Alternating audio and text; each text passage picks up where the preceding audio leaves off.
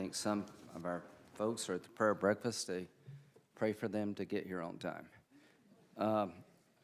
So the business of the committee today is to pass a budget so we can pay our people and have money to spend on the business of the committee, to organize, to set the subcommittees and the rules. Senator Feinstein and I think, have reached an agreement on both of those issues, and to take up nominations. And they're large in number, but when you look at the history, I feel comfortable we can do this. Mr. Barr will be up today. I think we need a new Attorney General. I appreciate what Mr. Wicker's done, but I think the time has come for new leadership at the department. When it comes to judges, of the 44, 19 have previously been voted upon, 13 by party line vote. I think we have 7 that we've reached consensus on and regarding a voice vote, and all the other nominees have already had hearings in the last Congress. I'd like to dispose of this and get on to other things for the committee. There was a request made by, I think, Senator Blumenthal and Feinstein to do a hearing about the deaths of the 2 young children in custody, DHS custody. That's going to be set, I think, for March 5th. I talked to Senator Blumenthal about some red flag legislation I'm working on with him. So to my friends on the other side, there seems to be a lot that we actually agree upon, and I would like to make this a productive committee, bipartisan as possible. And with that, I will turn it over to Senator Feinstein. Thanks very much, Mr. Chairman, and I know this side of the aisle very much appreciates your comments, so thank you. Today, the committee, as you said, is voting on 46 nominees, 44 judicial nominees, as well as William Barr's nomination to be Attorney General of the United States. I'd like to first address Mr. Barr's nomination. As I have said from the outset, the question for the Senate is whether he is the right person for the job at this time. Special Counsel Mueller is in the midst of an investigation into Russian interference in the 2016 election, whether any U.S. persons were engaged in those efforts, and whether there has been attempts to obstruct justice. That investigation includes both criminal and counterterrorism allegations. It has already led to 37 indictments and guilty pleas, including 6 of the president's former advisors. This is also expanded to include investigations and cases in the Southern District of New York, the Eastern District of Virginia, and the District of Columbia's U.S. Attorney's Office. Special Counsel Mueller must be allowed to finish, and other Trump-related investigations and cases must also proceed without interference, with the underlying facts and evidence shared with the Congress and with the American people. This report must be made public. At Mr. Barr's hearing, I asked several questions about the investigation and the report that Mueller is expected to produce, and so did a lot of other senators. I also sent 2 letters following the hearing asking for Mr. Barr's commitment to provide the report to Congress and not interfere with the investigations. Unfortunately, Mr. Barr would not commit to providing Special Counsel Mueller's findings and the final report to the Congress, nor did he answer my letters. This is particularly concerning, as nothing in existing law or regulations prevents the Attorney General from sharing the report.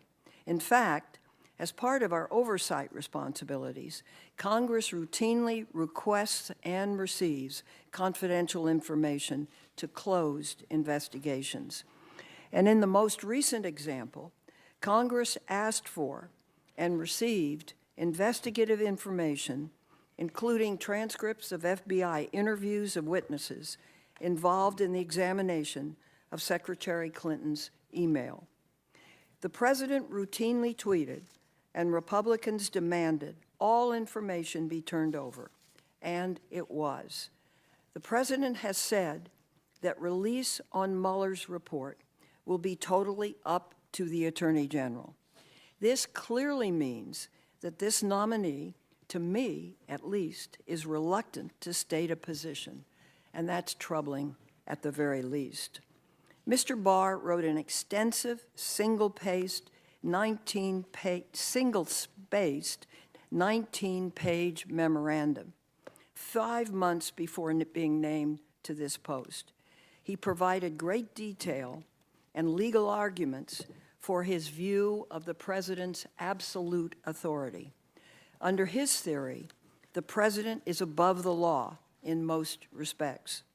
For example, Mr. Barr argued that conflict of interest laws cannot apply to the president because they, quote, would impermissibly disempower the president from overseeing matters, including those in which he has a personal stake.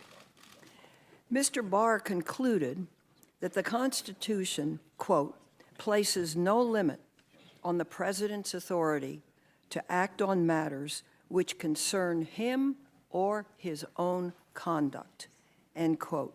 That's page 11. And he argued that certain presidential actions, including firing FBI Director James Comey or telling the FBI to go easy on Michael Flynn, can never be obstruction of justice because the statute does not explicitly name the president. That's the memo at page 10. This is a stunning legal argument. Also, it was given to the White House prior to his appointment. Taken to its natural conclusion, none of our laws would apply to the president unless the president is explicitly named. In fact, when combined with the view that the president can interfere with investigations into his own conduct or that impact his personal interests, the only conclusion is that the president is above the law. That's stunning. To argue that the president has no check on his authority flies in the face of our constitutional principles of checks and balances. But the arguments made in Barr's memo go even farther, to assert that presidents have no limits on their power to insert themselves in law enforcement matters, even those involving their personal interests. And that can't be acceptable to any of us. I believe the memo is disqualifying. I'm also concerned about Mr. Barr's evasiveness when asked about Roe v. Wade. To many women in this country is all important. Specifically, when asked whether he still believes that Roe should be overturned, Mr. Barr would not provide an answer and instead spoke to past practices of the department. And when Mr. Barr was asked, would you defend Roe if it were challenged, he replied, and I quote, I mean, usually the way this would come up would be a state regulation of some sort and whether it's permissible under Roe v. Wade. And I would hope that the Solicitor General would make whatever arguments are necessary to address that, end quote. Bottom line, he did not commit to defending Roe or to fighting state efforts to restrict a woman's constitutional right to choose.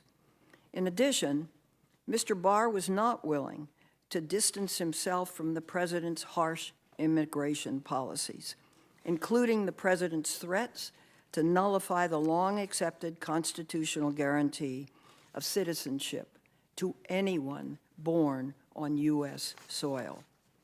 When asked about this specific proposal, Mr. Barr refused to agree that the 14th Amendment guarantees citizenship to those born in the United States. I personally find this very troublesome, especially given the plain language of the Constitution. I also asked Mr. Barr about legal prohibitions on torture and his comment that, and I quote, under the laws of war, absent a treaty, there is nothing wrong with coercive interrogation, applying pain, discomfort, and other things to make people talk. so long as it doesn't cross the line and involve the gratuitous barbarity involved in torture," end quote. This statement was made despite the existence of a Geneva Conventions and the United Nations Convention Against Torture. And when pressed, Mr. Barr would not affirm the well-established position that waterboarding is torture. Thanks to Senator McCain, I was his co-sponsor, the law now confines all interrogation to the points laid out in the Army Field Manual. Now for comments on our blue slip tradition. Unfortunately, Mr. Chairman, and I wished I had a chance to talk to you about this earlier, we are now seeing a departure from this tradition. Today, this committee is voting on 4 circuit court nominees who lack support from home state senators. This is really unfortunate, and it's brand new. And we're proceeding with these 4 nominations despite the lack of 6 blue slips. I would urge this committee to reconsider. We've seen firsthand what happens when blue slips are honored. For instance, President Obama worked with Georgia's 2 Republican senators, Saxby Chambliss and Johnny Isakson, to reach an agreement on 2 nominees to the 11th Circuit, including Julie Carnes, who was recommended by the 2 senators. And during the Trump administration, when the White House has worked with Democrats to identify district court nominees, consensus nominees have been identified and confirmed quickly, as was done in Pennsylvania with Senator Casey. As Senator Strom Thurmond argued to then chairman of this committee, Ted Kennedy, in 1979, this is a quote, "This is my 25th year in the Senate.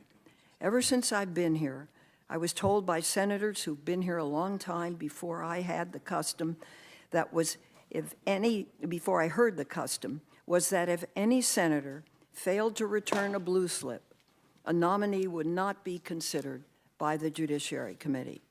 Senator Thurmond went on to say, and I quote, "I do not favor this committee running roughshod over any one senator from any one state." I hope this does not begin to happen today. Thank you, Mr. Chairman. Thank you, Senator Feinstein. If we could, I'd like to move to adopting the budget. Senator Feinstein and I have agreed on the committee's authorizing resolution. Legislative Council drafted marked ROM 19111 and circulated to the committee members. We have a majority of the committee present. I'd like to adopt this resolution by voice vote if we could. All in favor say aye. Aye. All opposed, nay. The ayes have it, and the committee's authorizing resolution is adopted, will be reported. In terms of committee organization, Ranking Member Feinstein and I have agreed on the committee's rules and subcommittee assignments and circulated both to the committee members. We have the proper quorum present, and I'd like to adopt the committee rules and subcommittee assignments in block by voice vote. All in favor say aye. Aye. All opposed, no. The ayes have it. Thank you very much. Now to nominations. We have before us 44 judges, the head of the Marshal Services, and Mr. Barr, as I previously said. 19 of the judges on the calendar for the day have been previously voted on by the committee. 13 along party lines. I doubt there'll be a change there. 7, we've reached consensus. I think the district court judges, hopefully we can do by voice vote. All 44 have had hearings, and I would like to proceed to the nominations and get this done by today, and so we can move forward in the committee with new business and sort of have a fresh start here. So with that, I want to give my colleagues on the Democratic side as much time as possible. The 2-hour rule, I've been told, will not be waived, so that means we have to do our business at, we cease to exist at 2 o'clock. So I would propose at 12:45 we start voting and get through these nominations, and that will give us all a chance to talk. On our side, we'll limit our side to 30 minutes. Sorry about that. But I'll give you about 2 hours to talk about Mr. Barr and anything else you want to talk about. Mr. Chairman, could I just note one thing on the I believe I'm going to want a roll call on most of the Yes, sir. nominees, especially because the blue slip Yes, sir. policy, which has Yes, sir. always been followed, today it was not followed. Yeah, no, okay. So I would like to make a motion that at 12:45, we begin voting on the committee's nominations. All those in favor? The clerk will call the roll. Mr. Grassley. Aye. Say aye. Mr. Cornish. Aye by proxy. Aye by proxy. Mr. Lee. Aye by proxy. Mr. Cruz. Aye by proxy. Mr. Sass. Aye. Mr. Hawley. Aye. Mr. Tillis. Aye by proxy. Ms. Ernst. Mr. Crapo. Mr. Kennedy. Mrs. Blackburn. Aye. Mrs. Feinstein. No. Mr. Leahy. Mr. Leahy. No, I said. Mr. Durbin. Mr. Whitehouse. Ms. Klobuchar. Proceed to whoever you want to talk. Yeah. No by proxy, sorry. Mr. Coons. No by proxy. Mr. Blumenthal. No. Ms. Hirono. No. Mr. Booker. No. Ms. Harris. No by proxy. Mr. Chairman. Aye. Mr. Chairman, the votes are 12 yeas, 10 nays. With that, we will discuss the nominees, and at 12:45, we'll begin to vote. So a very brief statement, I'll turn it over to my Democratic colleagues and let you have your say about Mr. Barr and everything else. In terms of the blue slip process, when it comes to district court judges, nobody is going forward unless we get consent from senators from their state at the district court level. Excuse me, district court judges. As to the circuit court judges, 17 of the last 19 chairmen, I've been told, have had a policy where you consult, but the blue slip was not a veto. Senator Leahy, during his time as chairman when President Bush was president, enforced the blue slip policy where you couldn't go forward unless you had both blue slips returned. Senator Eastland, back during the Brown Board of the Education days, was a strict adherent to that policy, which some say resulted in a lot of judges being denied. The one thing I can promise my Democratic colleagues, and all this happened before I got here, is that I will get in a room with you when it comes time for circuit court nominations and see if we can find a compromise with the White House. I'm going to do this the golden rule. One day you'll be in charge. It's just a matter of time, and one of you may be president on this committee. The odds are pretty good. Like half the people in the committee are running for president. So all talented. If you get to be president, and I'm still around, I'll try to work with you the best I know how, but sometimes we just can't agree. So that's the blue slip policy. I think I'm consistent with the traditions of the committee, and I promise you a good faith effort to find common ground where we can. With that, I will turn it over to Senator Feinstein if you'd like to speak any more or recognize anyone on the Democratic side. Can I just make a quick point about the blue slip to appeal to the grace of the chair? So the judge, Mr. Mady, who's up for a circuit court position, the White House had represented to people on this committee that they had consulted with us. I gave a very different representation of the facts, but even more specifically to your willingness to sit down with me and the White House. In the open hearing, I asked for a meeting with Mr. Mady. I spoke about his willingness to sit down with me because they hadn't even done that yet. You haven't had a meeting? No, sir. Well, you'll get one. And can we hold on him until we at least get that reset? He'll be going to the floor, and I'll make sure you get the meeting. Thank you, sir. Okay. Before we go too far into the blue slip thing, where I think we all have a lot to say and where I think there's a lot at stake, I just wanted to note Rule 4 of the committee, which says that debate shall be terminated, which we just agreed to do, if the motion to bring the matter to a vote without further debate passes with 11 votes in the affirmative, one of which must be cast by the minority. Now, I don't know whether it's the majority's view here that because we didn't immediately end debate, because we agreed to a little bit of time and then we'd end debate, but not have full and complete debate in the committee, Rule 4 doesn't apply. But I think a Rule 4 does apply, because I think we just did vote to end debate in the committee. And by my count, although I didn't hear the clerk rattle off who had voted, Right. my understanding is, and I'd like to have it confirmed now, that You're there right. was no vote cast by the minority, and therefore I think we stand in violation of Rule 4 right now as to this effort to cut off debate. I'll be glad to reply to that. Apparently, Senator Hatch and Grassley have done this in the past. Rule 4 does not prevent us from setting a specific time for a vote. Chairman Hatch in 2003 interpreted the rule as one designed to permit a vote at the insistence of a member of the committee, even if the chairman doesn't want to vote. But the text of the rule plainly does not apply when the chairman moves to call a vote. Chairman Grassley twice set specific times for markup votes by motion in 2018. The parliamentarian of the Senate confirmed Chairman Hatch's interpretation in 2003 and confirmed the Chairman Grassley's interpretation in 2018. So I'm following their precedent, and hopefully in the future we won't have to do these things. Apparently, the 2-hour rule is not going to be waived today, so that was the dilemma. Could I mention on the, Mr. Chairman, on the, I'm not sure the Senate parliamentarian ruled that Senator Hatch was correct. I think the Senate parliamentarian said this is a matter for the committee and not for the Senate. There was a concern because, as sometimes happened with Senator Hatch, he had committed one way and then went a different way when the Well, I'll look into that. That's what my staff is telling me. And if I could make a point on the blue slip, Mr. Chairman, Please.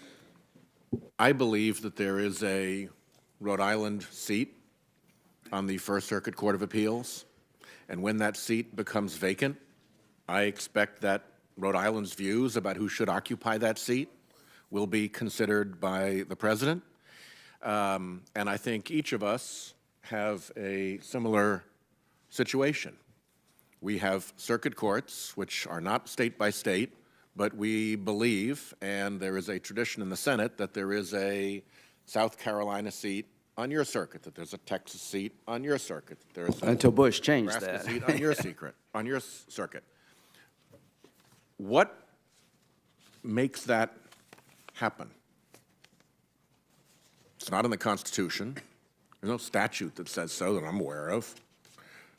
In my view, what makes that happen is our convention and agreement and comity with one another that we will honor each other's assertion of our rights as to that seat. I can't find. So, the only way we enforce our rights to that seat is to the blue slip. I have no other method. It is that and nothing else. So if this committee wants to trash the blue slip, then in the event of a different president and in the event of a different majority in the Senate, where is your remedy when a liberal lawyer from New York, who's not even from your state, gets appointed by the president to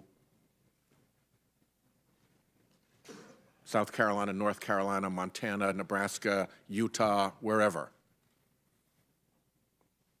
We haven't thought this through because we're so eager to move these judges that we're willing to break down the blue slip. But if you've got no blue slip, you've got nothing that says that there is such a thing as your home state seat on your circuit. Now, there may be a few cases in which circuits were expanded and there was a more formal division, but for many of us, that's not the case. It's only our convention, our comity with one another, and this tradition that allows there to be a Rhode Island seat, for instance, on the First Circuit. So I'm going to be really hard-pressed to say when there's a South Carolina seat that comes up on your circuit, Mr. Chairman, and there's a Democratic president, we have the majority, that we should consider anybody from South Carolina for that seat. Why should we? You've got nothing to say because you've got no blue slip left.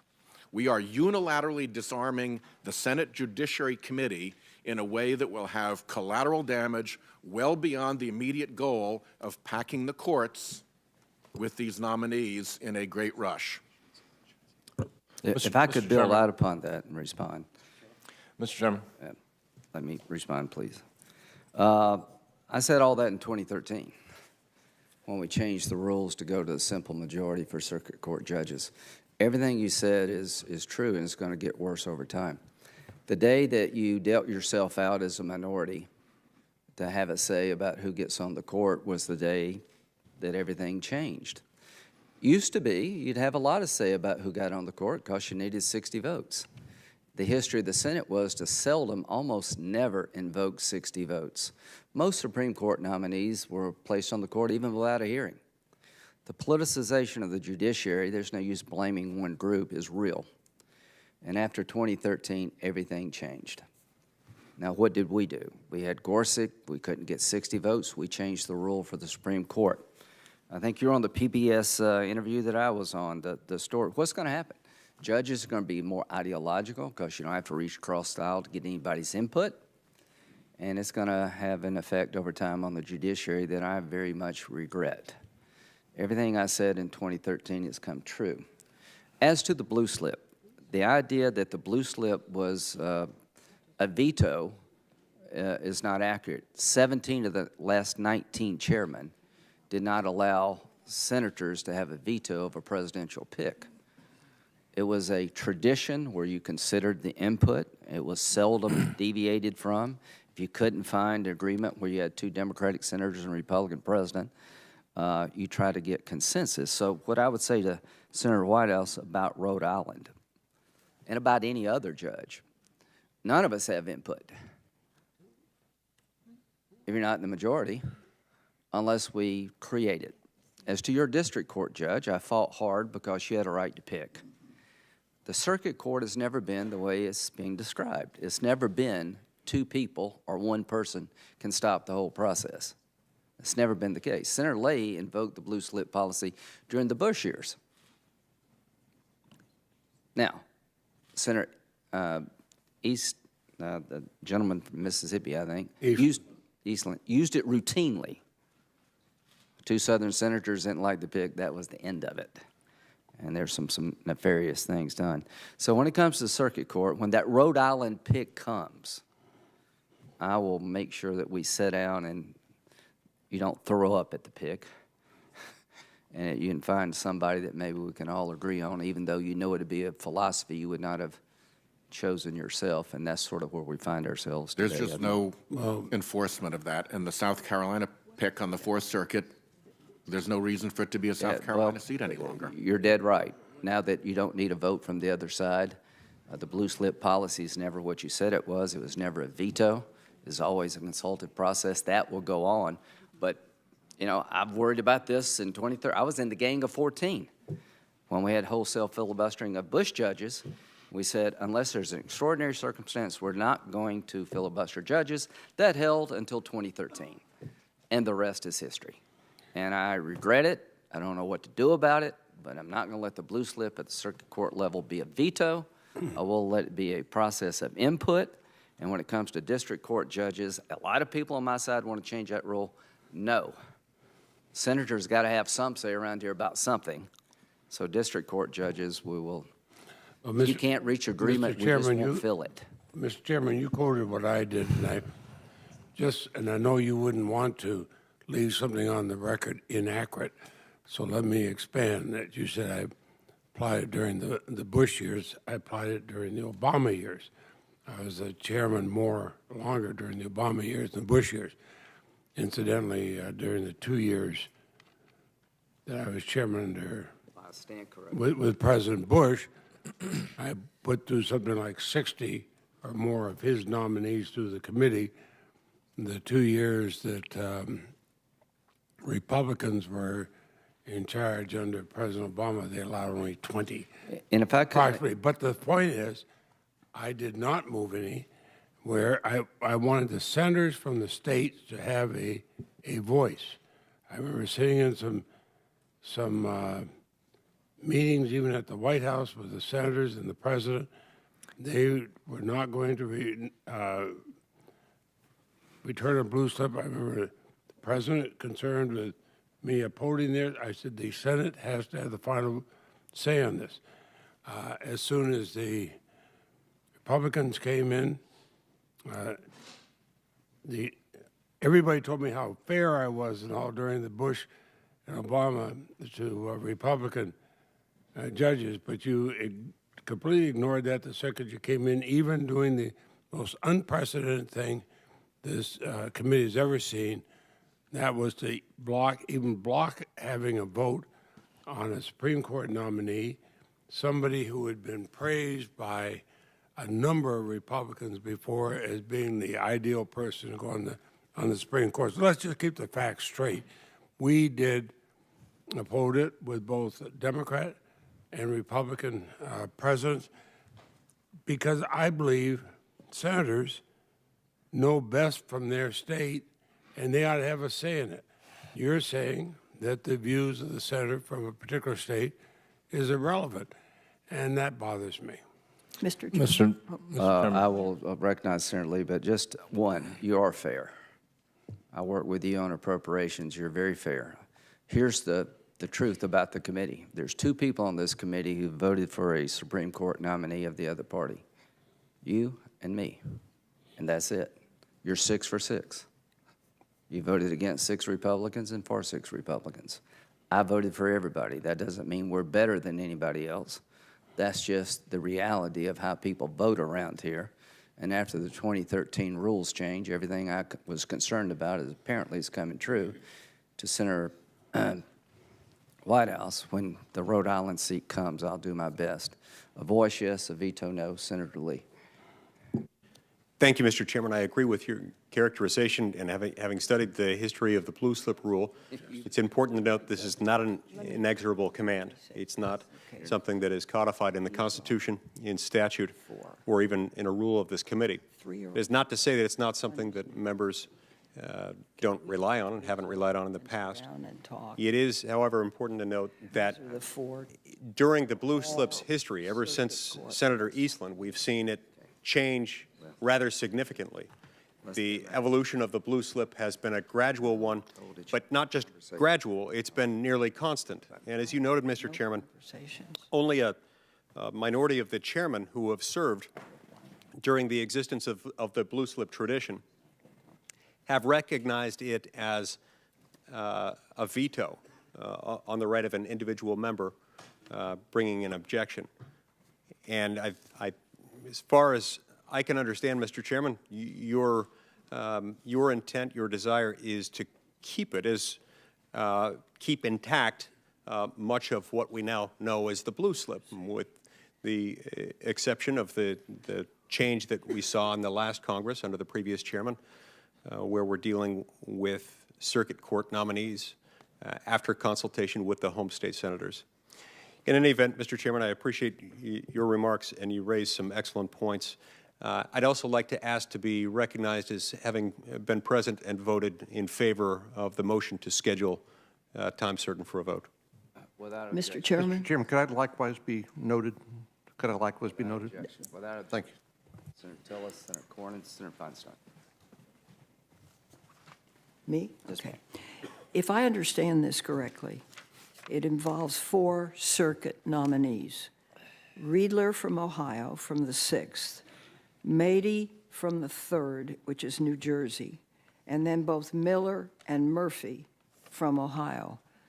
And I wonder if we can't just hold these.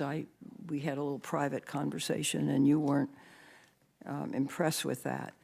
And sit down for this side that happens to be in the minority, and maybe it happens mainly when a side is in the minority. The blue slip emerges to be a very big and important thing. And you have to remember, Mr. Chairman, what happened when a court, an appellate court nominee by the name of Garland, was held for a year, that things are raw on this side with respect to reducing the authorities, limited as they are, that a minority has. And the history has always been to favor the blue slip because it's a way of working out problems. Now, if you're on in the minority, maybe you can work something out with the White House. Maybe you can't work something out in the White House.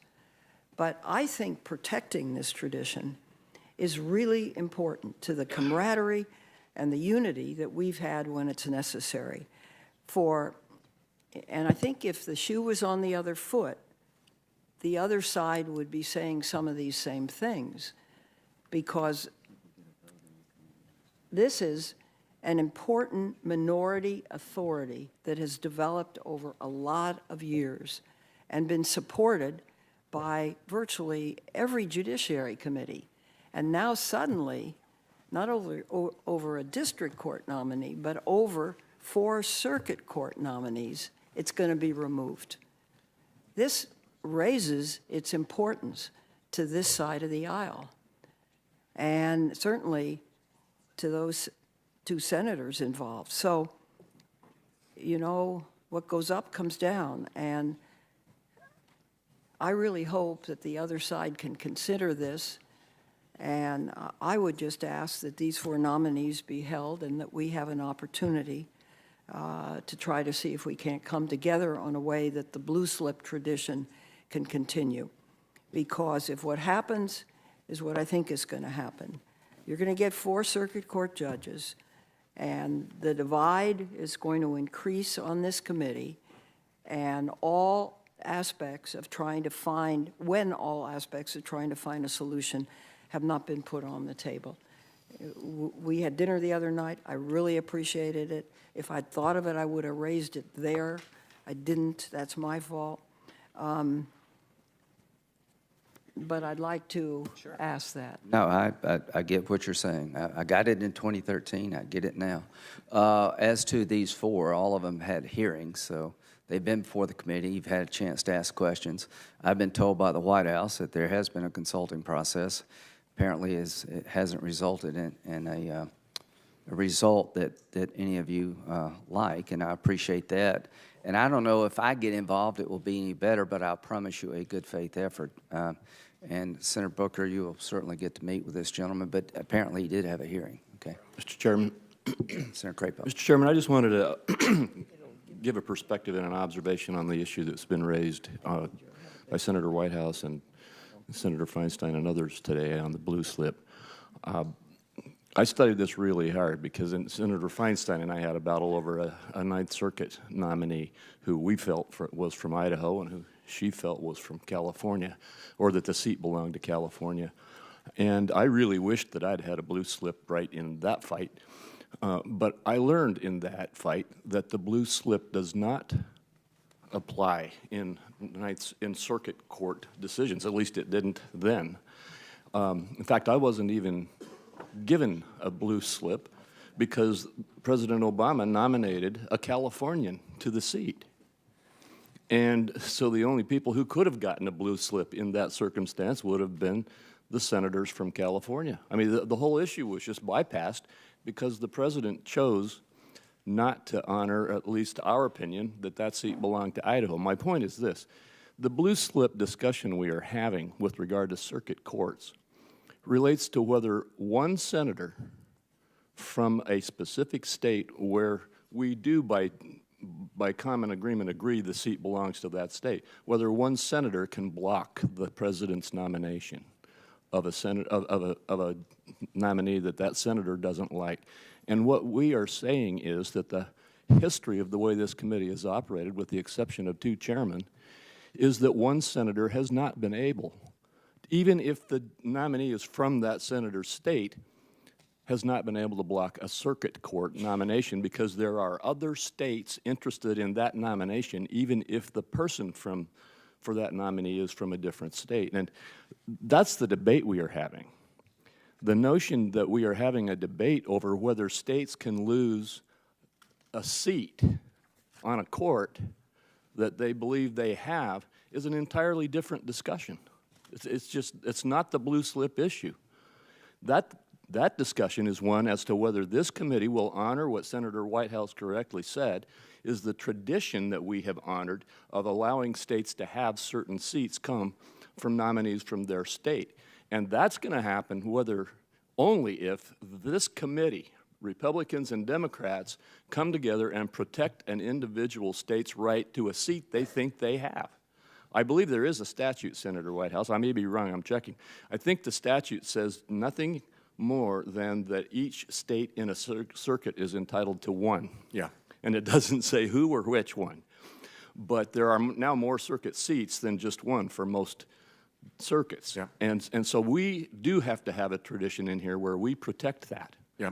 But I'll tell you, I did a lot of research on this, and there's a lot of circumstances in which a lot of different presidents have said, you know what, I'm going to nominate somebody on this circuit for this particular seat from a different state than the last one, and it happens quite regularly.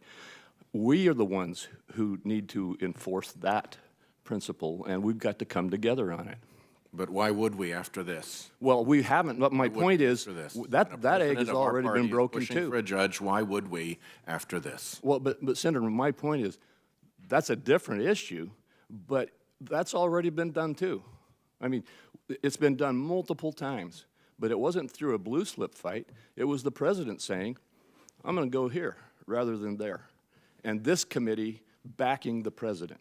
That's the fight that I think you are really raising, and it's one that's legitimate, where we among ourselves have to agree which seats really do belong to which states. And then we've got to stick with that. If I may just respond to Senator Crapo. If I remember this correctly, and the staff has just refreshed my memory, this was a nominee that had left California and moved to Idaho. So it wasn't a California seat. Well, Mr. Chairman, let me just explain. That is correct. The person who was nominated was a resident of California, but he served his entire term as a circuit court judge in Idaho, and that's where his headquarters were. But when I researched this seat, this particular seat had been in California for a number of years. It had been in, I think, Oregon. But he left the seat. Yeah. And moved he'd been in Idaho for 20 years, and so we could argue over which state had it. And you and I did have that argument multiple times. So I understand you've got your point of view on it. But that's kind of the case I'm making here, is that decision was one that President Obama got to call, and he called it your way. And we backed this committee, against my request, backed his decision. That's a different issue than the blue slip. That's the point I'm trying to make. Thank you. Well, I hadn't thought about this until now, but all of us have a certain amount of seats we expect to have in the circuit where we live, state-wise.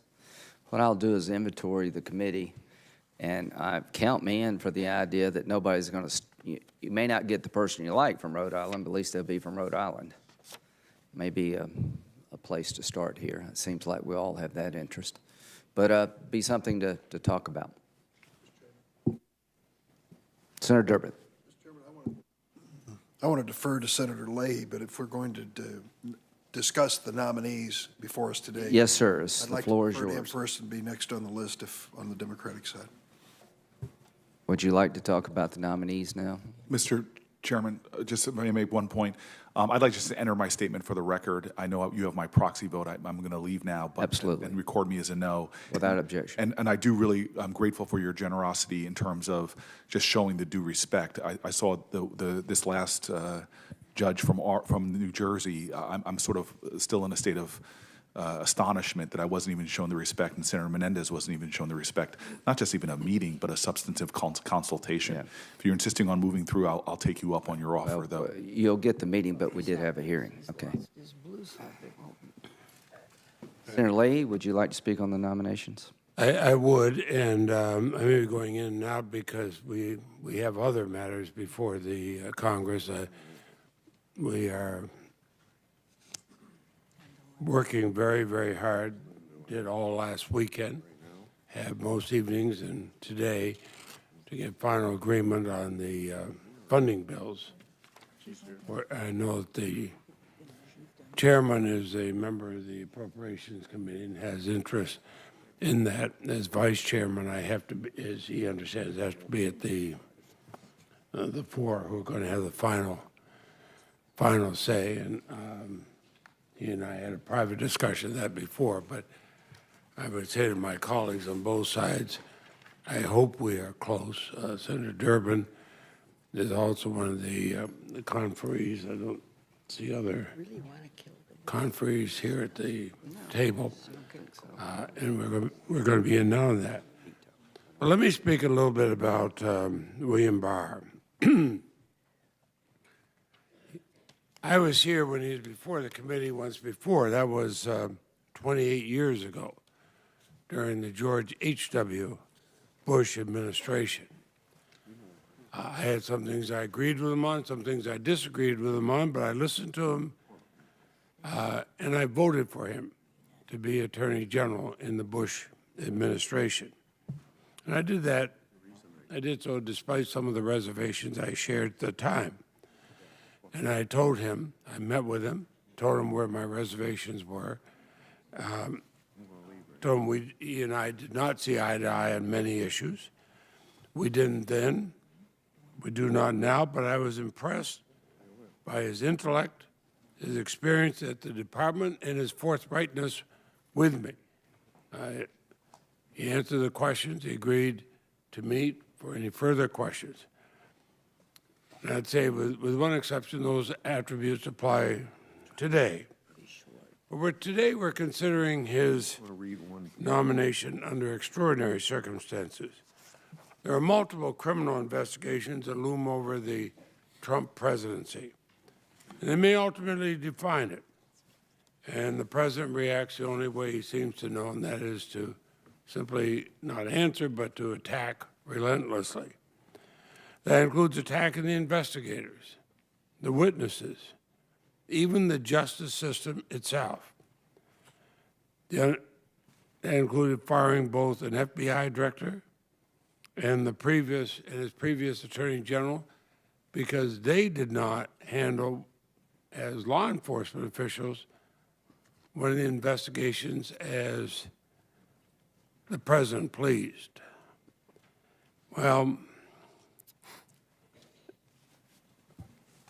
the only time I've ever heard an attorney general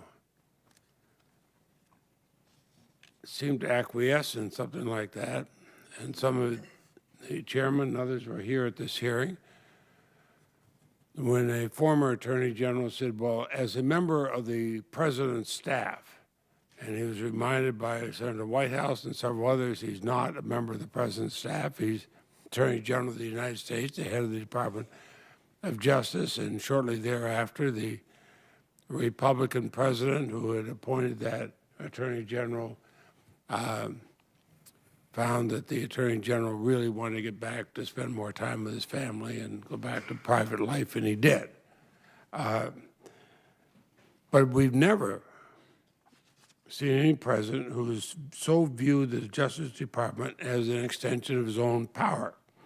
And as a result, the integrity of the department has not been so tested since the darkest days of Watergate.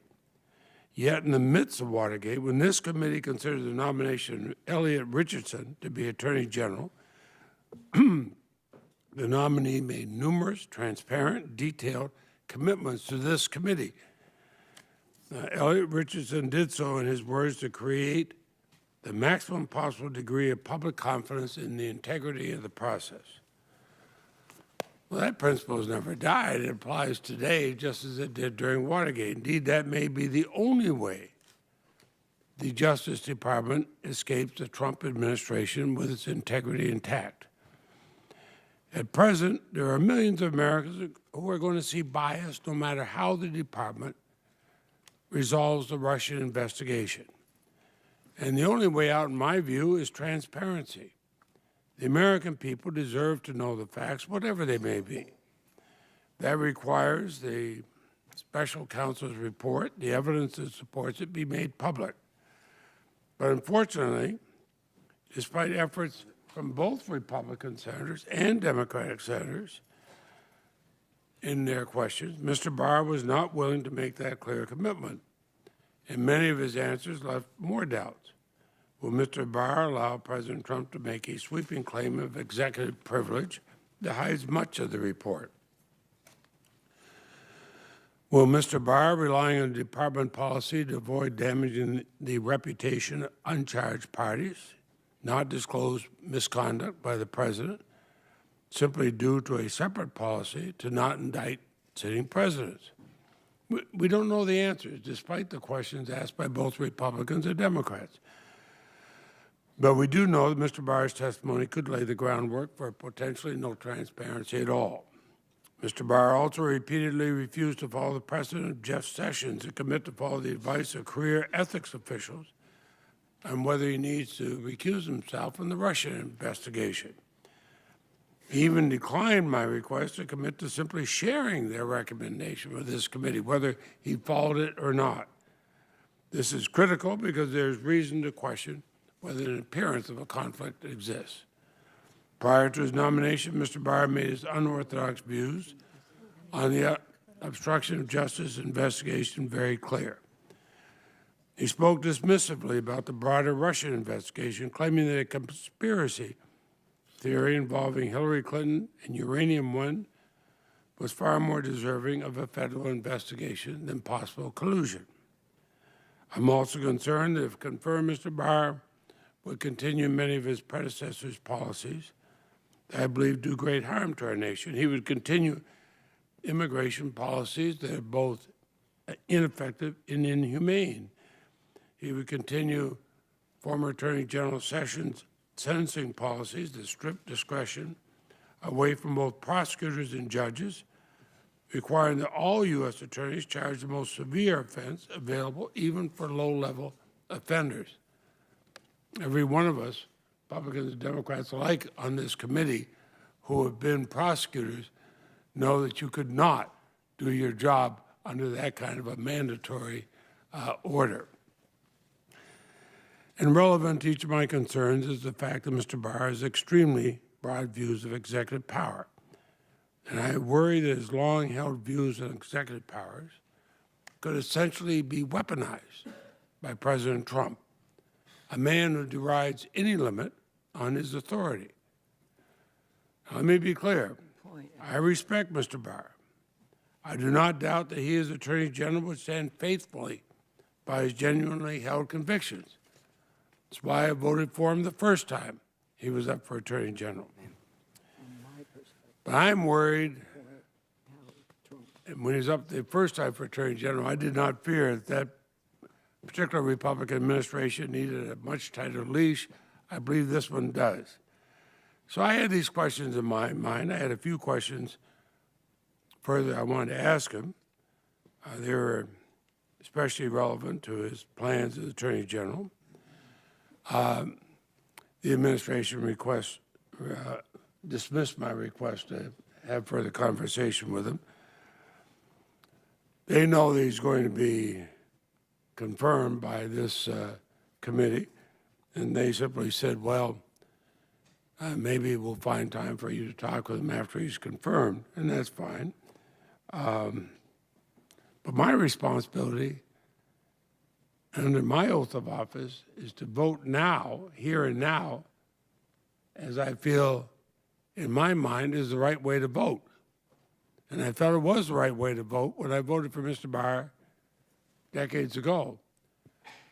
But I think with the inability to get answers and concerns I do have on the answers we were given, and with all at stake, I will vote no this time on Mr. Barr's nomination. Senator Brass. My long statement that I'm going to put in the record discusses two or three things that I've had differences with Bill Barr over the last 25 years. I think on those 2 or 3 things, he's satisfied me. The one thing that I have some doubt about, but it's not going to keep me from voting for him, is the transparency of the Mueller opinion or report. I hope that the Mueller report is due pretty soon. Senator Blumenthal and I have a bill in to make that entirely transparent, and I hope we can move that bill regardless. but I'm going to be watching what he does about this transparency of this bill, because except for national security and privacy, I think everything else should be made public, and I'm going to make sure that that happens. Senator Durbin. Thank you, Mr. Chairman. A couple of weeks ago, the Senate Republicans had a retreat. Last week, the Democrats did as well. I was talking in the gym to one of the Senate Republicans and asked him, how'd your retreat go? He said, oh, it went pretty well, but we only talked about one thing. I said, what was that? He said, judges. That's all we talk about. It's all about judges. That's our highest priority. That's what we talk about. So today, we are seeing an historic day. I don't know if this is the largest number of judges at one fell swoop, but 44 judges are going to be considered by this committee today. That's 1/20th of the federal judiciary is going to be considered by this committee. In fairness to you, Mr. Chairman, and to the Republicans on the committee, many of them have been around before. We've had hearings and debated them in the past. And I sat on this side of the table, realizing that as a Democrat, I probably defer more to Democratic presidents and their choices than Republicans do, and the same is true on the other side. But I've been observing here what it takes to bring a Senate Republican to vote against a Trump nominee. It is very rare. One way to get a Senate Republican to vote against a Trump nominee is for them to face the withering questioning of Professor Kennedy. We all remember Senator Kennedy, and I won't name the nominee, who started asking those seated at the table some very fundamental questions about trial practice, since too many of the nominees from the Trump administration have no trial experience. And with a handful of questions, he dissembled at least one nominee in our presence. I just have to say to Professor Kennedy, you need to upgrade those questions. They all now are booked on a motion in limine. They know exactly what to say when you ask them that question. So come up with a new list. But that disqualified a couple of them. It's one of the few things that will, when they just absolutely fall apart under questioning about their lack of trial experience. And once in a while, their views are so far out, usually in the area of race, that even some Senate Republicans can't vote for them. But that's about it. That is about it. There's just basically nothing else they could have said or done that disqualifies them once the Trump administration nominates them. Take a look at some of the people who are on our list of 44 today. Chad Riedler, nominated the Sixth Circuit. It was a clear sign of the Trump administration's hostility to the Affordable Care Act's coverage of pre-existing conditions. Mr. Riedler signed the administration's brief opposing the pre-existing coverage requirement, and after that he was nominated to a federal judgeship. What did Senator Lamar Alexander, Republican of Tennessee, say about the argument in Mr. Riedler's brief? I quote, "as far-fetched as any I've ever heard," end of quote. 2 Department of Justice attorneys actually withdrew from the case rather than to sign the brief for Mr. Riedler, and a senior DOJ litigator resigned in protest as well.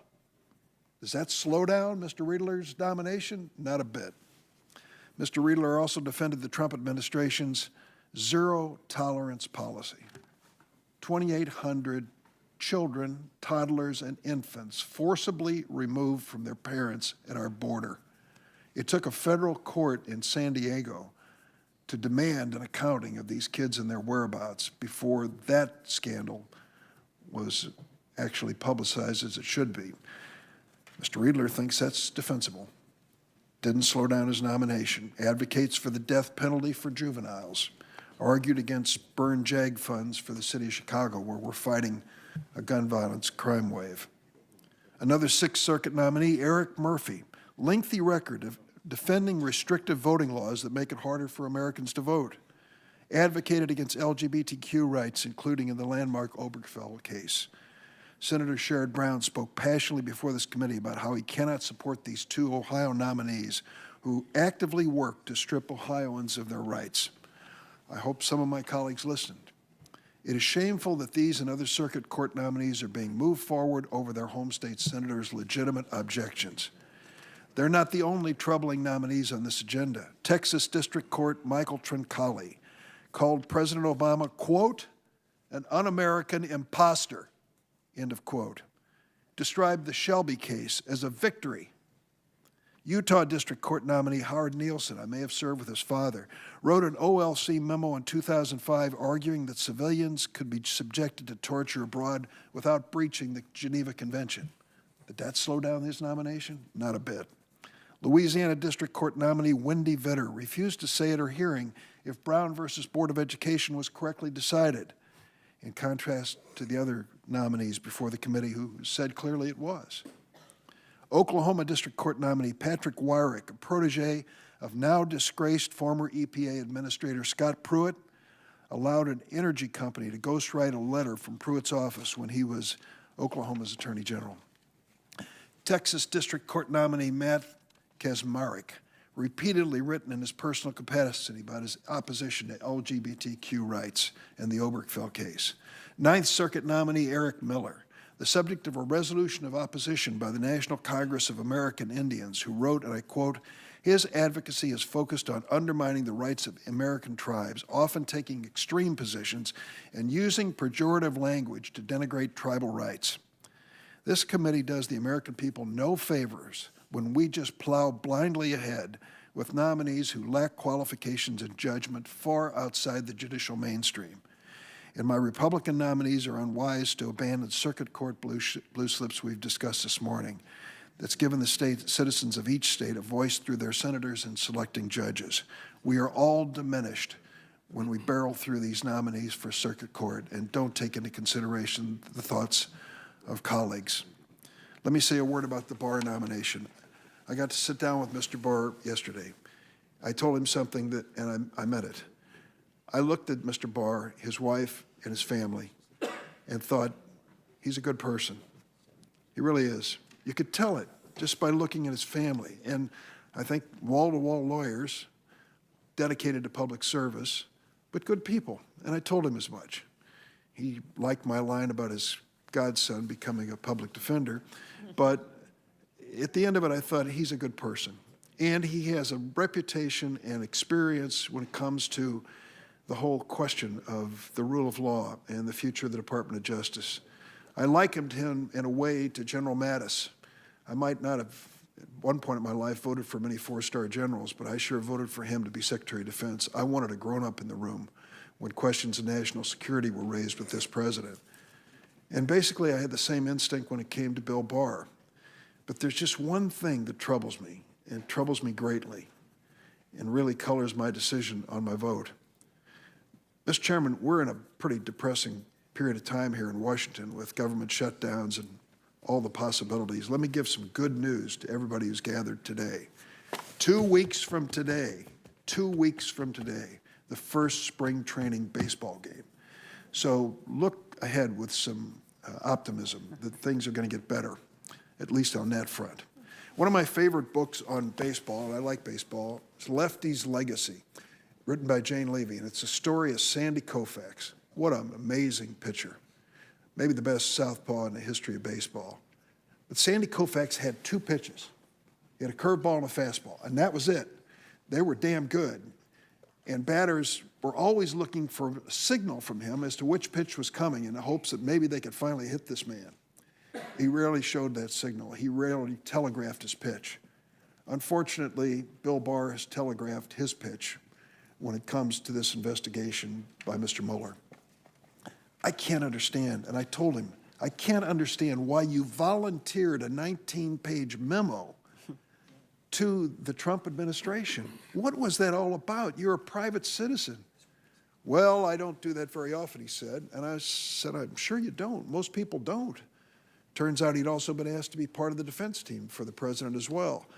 Those are not good circumstances when we consider the job he's asking for, to ultimately receive the result of the Mueller inquiry and decide whether to share it with the American people.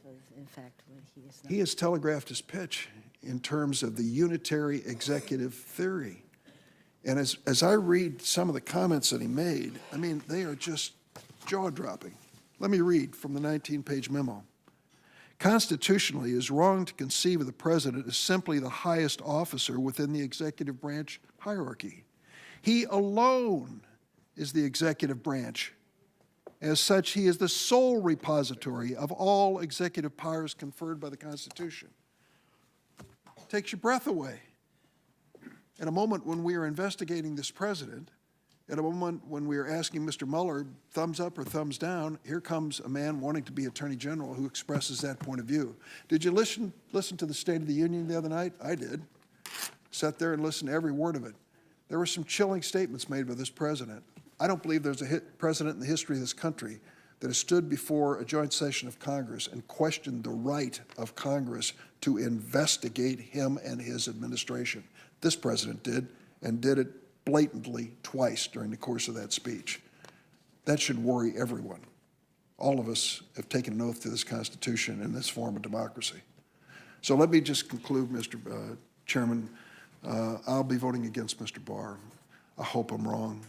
I hope if he's the next Attorney General, and he's likely to be, that what I saw in his family, what I saw in his resume, what I've seen in his commitment to the issue of justice will come through clearly, and he'll stand up for this Constitution, even if it's against the wishes of this president.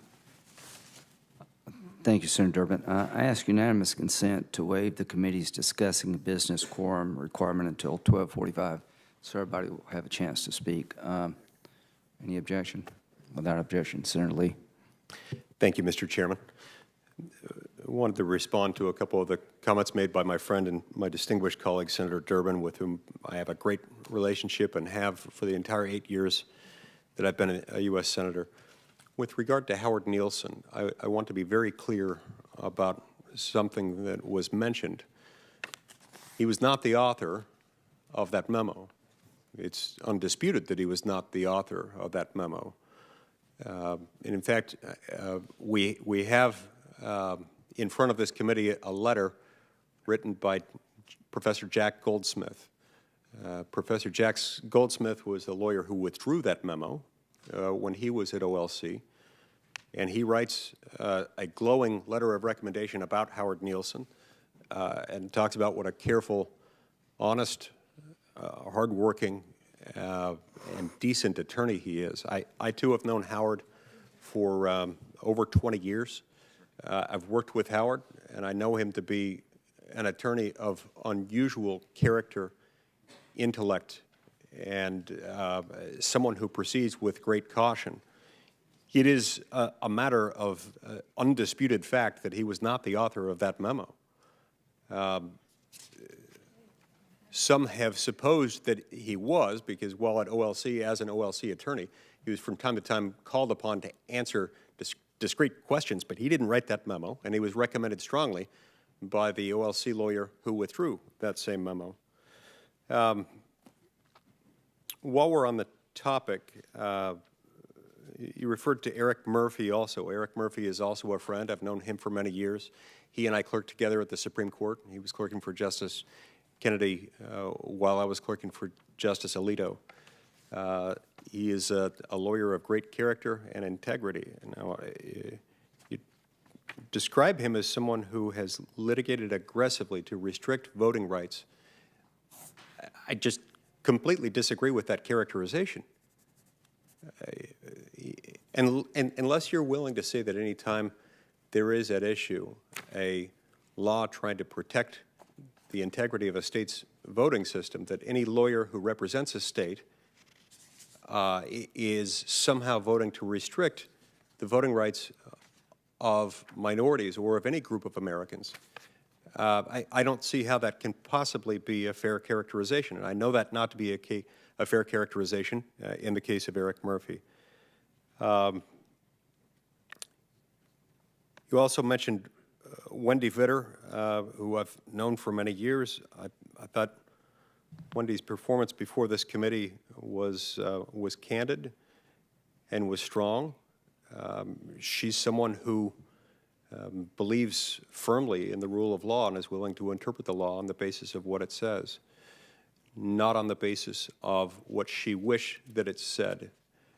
And I consider her to be a well-qualified nominee. There were others you mentioned But I do think it's important to point out here, you can't openly, publicly question a nominee about that nominee's religious beliefs, about what he or she believes to be sinful conduct, without subjecting that nominee to ridicule and simultaneously demeaning some of the fundamental tenets of our constitutional republic. You can't ask a nominee questions like those to which Naomi Rao was subjected just the other day, and those that I've seen asked of some of our other nominees, and then later ask the question, how did we get here? Anyone who believes in the God of Abraham, Isaac, and Jacob, or of any other God for that matter, if asked before this committee or any other publicly about his or her religious beliefs, is being subjected potentially to public scorn and ridicule. If you're, for example, from any sect of Christianity or Judaism, that means that you believe in a God who delivered stone tablets to Moses. If you publicly cross-examine someone on the basis of those religious beliefs, in a secular context where we're talking about secular beliefs, you are inevitably exposing that person to ridicule, especially when you consider that there are a lot of specific beliefs that require a more nuanced answer than a simple yes or no when you're asking about the existence or lack thereof of a sin. I can't fathom a circumstance in which it's ever appropriate for us to ask a nominee about his or her religious beliefs about whether X, Y, or Z is a sin, with the possible exception of a circumstance in which you're trying to ascertain whether that nominee might need to recuse him or herself in the case of a judicial nominee, in the event that the nominee's church or synagogue or other faith community were involved in litigation. But that's a fairly narrow, very specific question. Beyond that, I think it's wildly inappropriate, and it's something that I hope and respectfully implore my colleagues of both political parties to avoid in the future. As a religious minority myself, as the descendant of a group of religious minorities who were ordered exterminated by the governor of Missouri on October 27th, 1837, I urge you to consider the fact that we should never expose someone to shame, ridicule, or scorn on the basis of their religious beliefs. And I ask that we refrain from doing so in this committee. We should never again ask someone what they regard as a sin or other particulars of their religious beliefs. It's nobody's darn business. It's certainly not the business of this committee. Thank you, Mr. Chairman. Senator Whitehouse. Before I get to my remarks, let me just respond to Senator Lee. It absolutely is the business of this committee to make sure that nominees who seek judicial office in the United States of America will leave their religious beliefs in the robing room and not bring them up onto the bench and not impose them on litigants who may or may not agree with them, when our courts are not temples to any god, but temples to law and justice. And there are views that are sufficiently forcefully expressed that they, I think, allow for fair questioning, that the judge will, in fact, despite their forceful views about what is sinful, what is right, what is wrong, actually be able to leave those views in the robing room and go up onto the bench and be a judge for all people. I think we agree with each other, but I want to make sure that that line of demarcation is clear, because it is the business of this court, of this committee, to protect American litigants going into a court from having to have their cases decided on the base of some judge's personal religious beliefs rather than on what is right, what is just, and what is the law. Yep. Senator Whitehouse, I completely agree with you. There, we agree. I think everything you said is a view that I share, and I want to point out that is a separate and distinct question from what I'm describing. Understood. It is completely our business to ask a nominee whether he or she would set personal religious or other views aside in interpreting the law. That is fair game, as is the corollary question that I raised about whether someone would need to recuse themselves in the event that their own faith community, or something of the like were in question. What I'm talking about here is specifically questions about the particulars of their religious belief not having anything to do with and detached from the issue of judicial objectivity and the ability to make a determination based on the law and only based on the law. So on the topic of the day, we have constitutional battles ahead. They are clearly foreseeable. We have a foreseeable constitutional battle ahead on the president's power to declare a national emergency, seize funds appropriated by Congress for a specific purpose, and redirect them, notwithstanding Article 1, to whatever purpose the president finds to justify a claim of national emergency. That is an important core constitutional separation of powers question between the executive and legislative branches that we will face. We will, or at least ought to, face questions about the scope of executive privilege. We have seen assertions of executive privilege in Senate committees that are preposterous and that have no process check on them as to their legitimacy. We have seen assertions of executive privilege so bogus that they are termed constitutional privilege rather than executive privilege because they would never pass any scrutiny under executive privilege. So I will continue to press this committee, Mr. Chairman, to set rules for what executive privilege is, so we're not having to defer to versions of executive privilege that have no process check on them and no legitimacy, which has unfortunately been our tradition. We have the question of the non-indictability of a president coming up, which enjoys this bizarre self-fulfilling prophecy situation that the Department of Justice has said this to itself and therefore will not indict a president, and therefore you never have the chance to review that in a court. Well, as Justice John Marshall said, it's the third branch of government, the courts, that decide what the law is. Some court needs to decide whether or not the president can be indicted or not. If I were making a bet, I'd put my money down on the president can be indicted when you look at the Nixon cases and the Clinton investigation and so forth. We all know that the purpose of the Office of Legal Counsel at the Department of Justice is to take the most executive-friendly position possible. That is why they are there. To defer to that, as this Attorney General nominee has said he will, and to provide for no review in the judiciary of that concern, and he's provided no assurance that he would do that, is to simply disable the Constitution in favor of an unelected group of folks within the Department of Justice with a significant conflict of interest in the fight between executive and legislative power because they represent the executive. We also have the problem of interference and independence with the Mueller investigation, and I have to say I thought that former Attorney General Barr's top lines on this issue were terrific. I was ready to applaud at some of the stuff that he said. But once you got down below the top line, once you got into the weeds, once you got into the question, for instance, of, let's just say that unindictability doctrine is viewed as making the president an uncharged person within the meaning of the rule that we do not disclose derogatory information against uncharged persons. Now you have another self-fulfilling prophecy.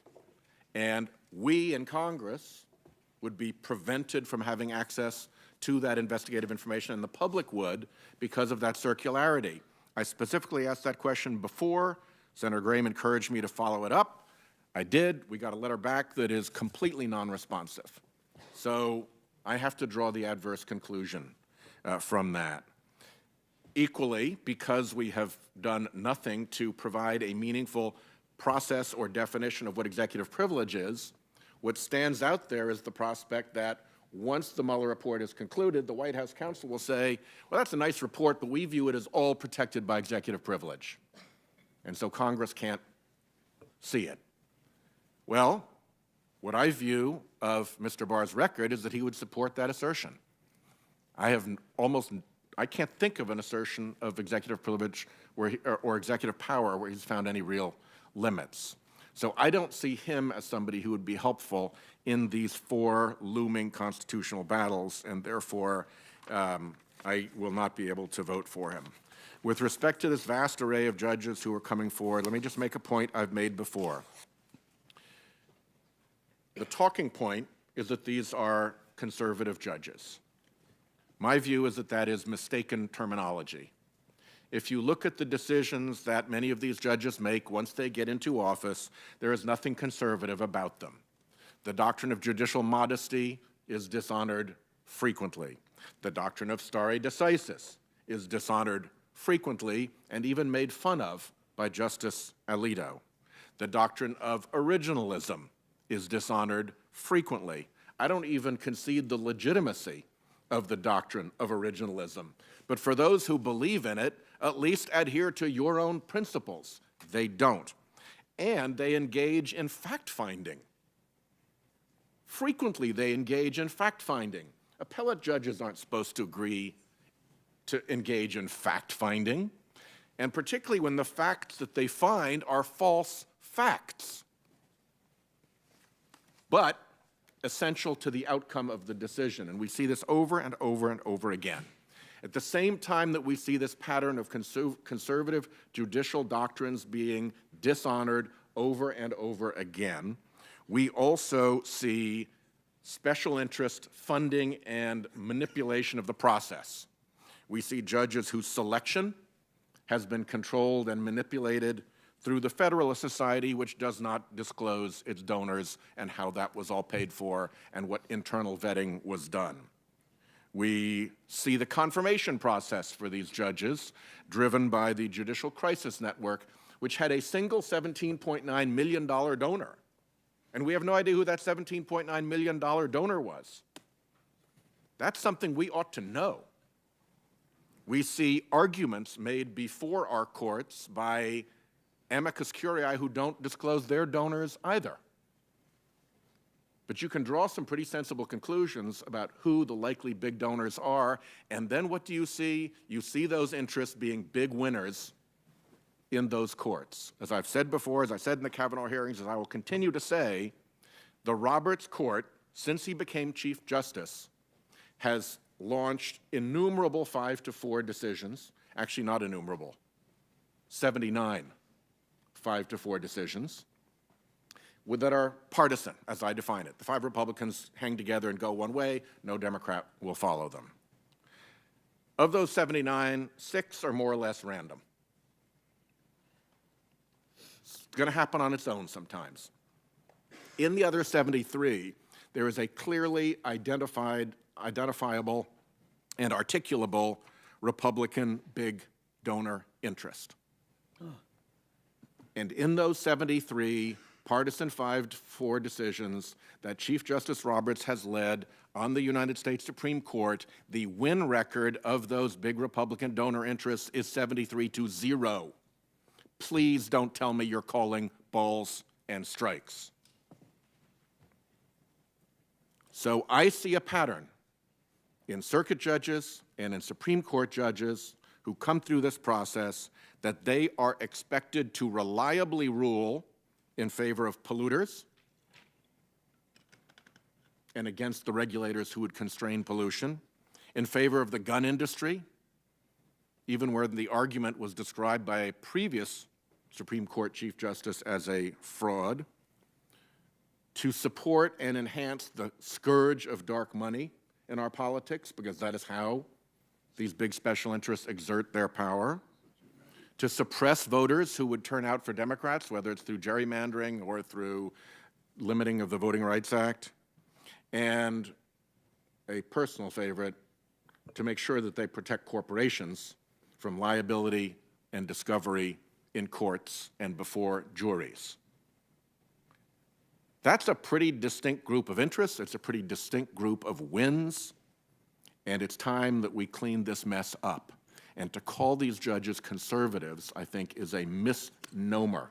We are looking at essentially a special interest capture of the court, and I, for one, am tired of it.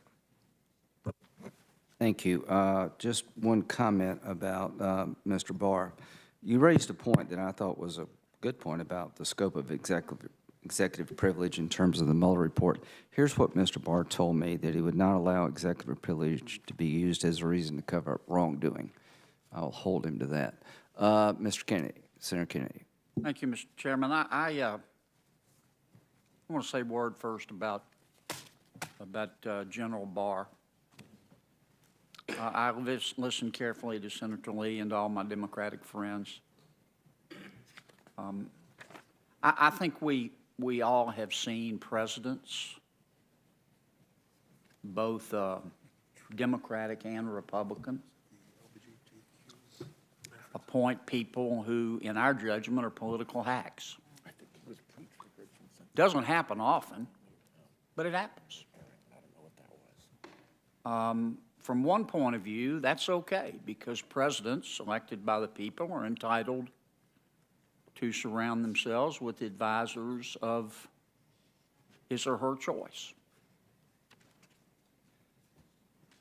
I do not think that any fair-minded person could call Bill Barr a political hack. I just don't. I have, like all of you, I take this job seriously. I read FBI reports. I read their law review articles. I read their resumes.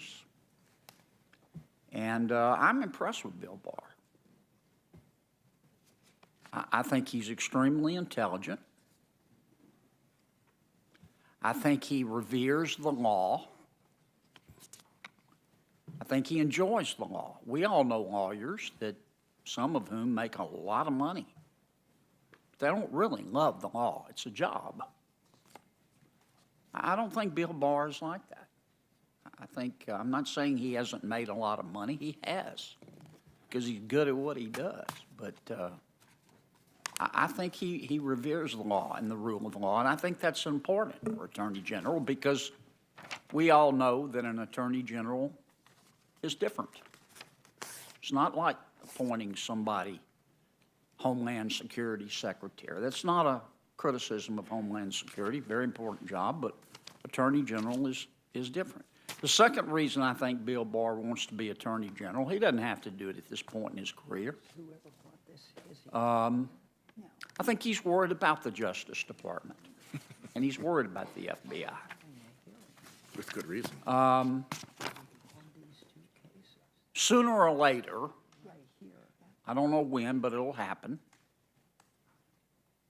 What happened at the Justice Department and at the FBI in 2016 will come out. I wish President Trump would declassify, properly redacted, all of the documents so that all of us can see what happened. All of us can make our own judgment about whether those two agencies were politicized in 2016. I'm not saying they were or they weren't, but the American people are entitled to know. Because I've always believed, and I want to continue to believe, that the FBI, for example, is the premier law enforcement agency in all of human history. And I think Bill Barr wants to go, not from a political approach or angle, but he wants to go and try to help justice and the FBI, to the extent that you think it needs to happen, be rehabilitated. The disclosure of Mr. Mueller's report. To some extent, it's an academic issue. To some extent, it's a very important issue. I say it's just an academic issue because we all know it's going to leak. The only question is whether it leaks in toto or it just leaks in part, but it's going to leak. Having said that, I think that the Justice Department would be better off just disclosing it once it's written. I know that Senator Grassley and Senator Blumenthal have a bill to make sure that happens. I'm going to vote for it. I'm reading the bill. I may even co-sponsor it. The American people are entitled to see the facts and judge for themselves. I know that there's some people in Washington, D.C., present company excluded, that think they're smarter and more virtuous than the American people, and that the American people somehow aren't smart enough or experienced enough to handle the truth. Nothing could be further from the truth. I have said this before, and I'll keep saying it. The American people, most of them, it's true, don't read Aristotle every day. They don't have time. They're earning a living. But they're plenty smart, and if you give them the facts, they'll draw their own conclusions. Let me say a word about the questions we ask our nominees, because Senator Lee made a very good point, as did Senator Whitehouse. I'm not going to judge what either of them said. I'll just tell you my perspective. I think it's appropriate that this committee be able to ask nominees about their beliefs, including religious beliefs. If a nominee doesn't want to answer, if a nominee wants to say that's too private, I think that's the nominee's prerogative. I'm not sure I'd want to come before this committee and talk about my religious beliefs, but I think you ought to be able to ask. I think within reason, you ought to be able to ask a nominee anything you want to ask them. And I think this is what Mike was saying, what I don't think you should be able to do is to vote against a nominee because of his or her political beliefs. And I don't want to believe anybody on this committee would do that. But we've already been, in a de facto way, precluded from asking some nominees what they think about the law, in the sense that we can't ask them because they're not going to answer. Well, tell me about this case. Did you think it was properly decided? You don't have to tell me whether you agree with me or not, but what did you think about the reasoning? What did you think about the precedent? Now they won't tell you. I think that's a mistake, but I get it. In terms of the list of judges, I bet every one of you agrees with me on this. There are people that if I were President of the United States, I would not nominate on this list. That's right, yeah. Not necessarily because they're bad people, but because I think there might be better people. And I think I'm the only Republican that's actually voted against one of the president's nominees. Not because I thought he wasn't qualified, I thought he had a conflict. Now, some of the others have been pulled down that I would have voted against. But I'm not President of the United States, and I don't want to be. I wouldn't have the job. And presidents are entitled to nominate whomever they want to. And it's our job to advise and consent. And I don't think the standard is, well, would this woman or this man be my first choice? I think the standard is, and I don't think the standard is, what do you believe? Or who have you advocated, or what have you advocated in the past? Because when I practiced law, I'm going to hush in a minute, Lindsay. When I practiced law, when clients came to me, I didn't get to say, well, the position that you're taking is wrong. I don't agree with it. We're going to do it my way. I could do that, but then they wouldn't pay me. Senator, if you could maybe do it in the next minute so we can keep on schedule here. Okay, I will. The last point I want to make, I really worry about what's happening with our judiciary. I mean, Congress is political, we know that. The presidency is political, we know that. We expect it to be political, that's not pejorative. But I'm really worried about the judiciary being politicized. Not by these nominees, but by all of us, because it's almost we're debating how a judge is going to vote in a particular situation, and that's not They're not super legislators. And I don't know what to do about it, but it concerns me, and I think it's having an impact on the way the American people view the independence of the judiciary. I'm sorry I went on so long, Mr. Chairman. Thank you very much, Senator Kennedy. Senator Klobuchar. Thank you very much, Mr. Chairman. I have concerns about several of the judicial nominees that are up today, but I'm going to take my time to discuss what I consider the most important nomination, and that is the nomination for Attorney General in Mr. Barr. I share Senator Durbin and Senator Whitehouse's views about Mr. Barr's family, about his clear respect for the Justice Department as an institution. Most of his family members went on to work in the Justice Department, and agree with Sheldon Whitehouse that some of the things that he said about respecting Mr. Mueller and the continuation of that investigation were positive moments in the hearing. But we cannot simply view this nomination in a vacuum. We have to look at the context in which he is nominated, and we also have to look at the context of the time that we are in.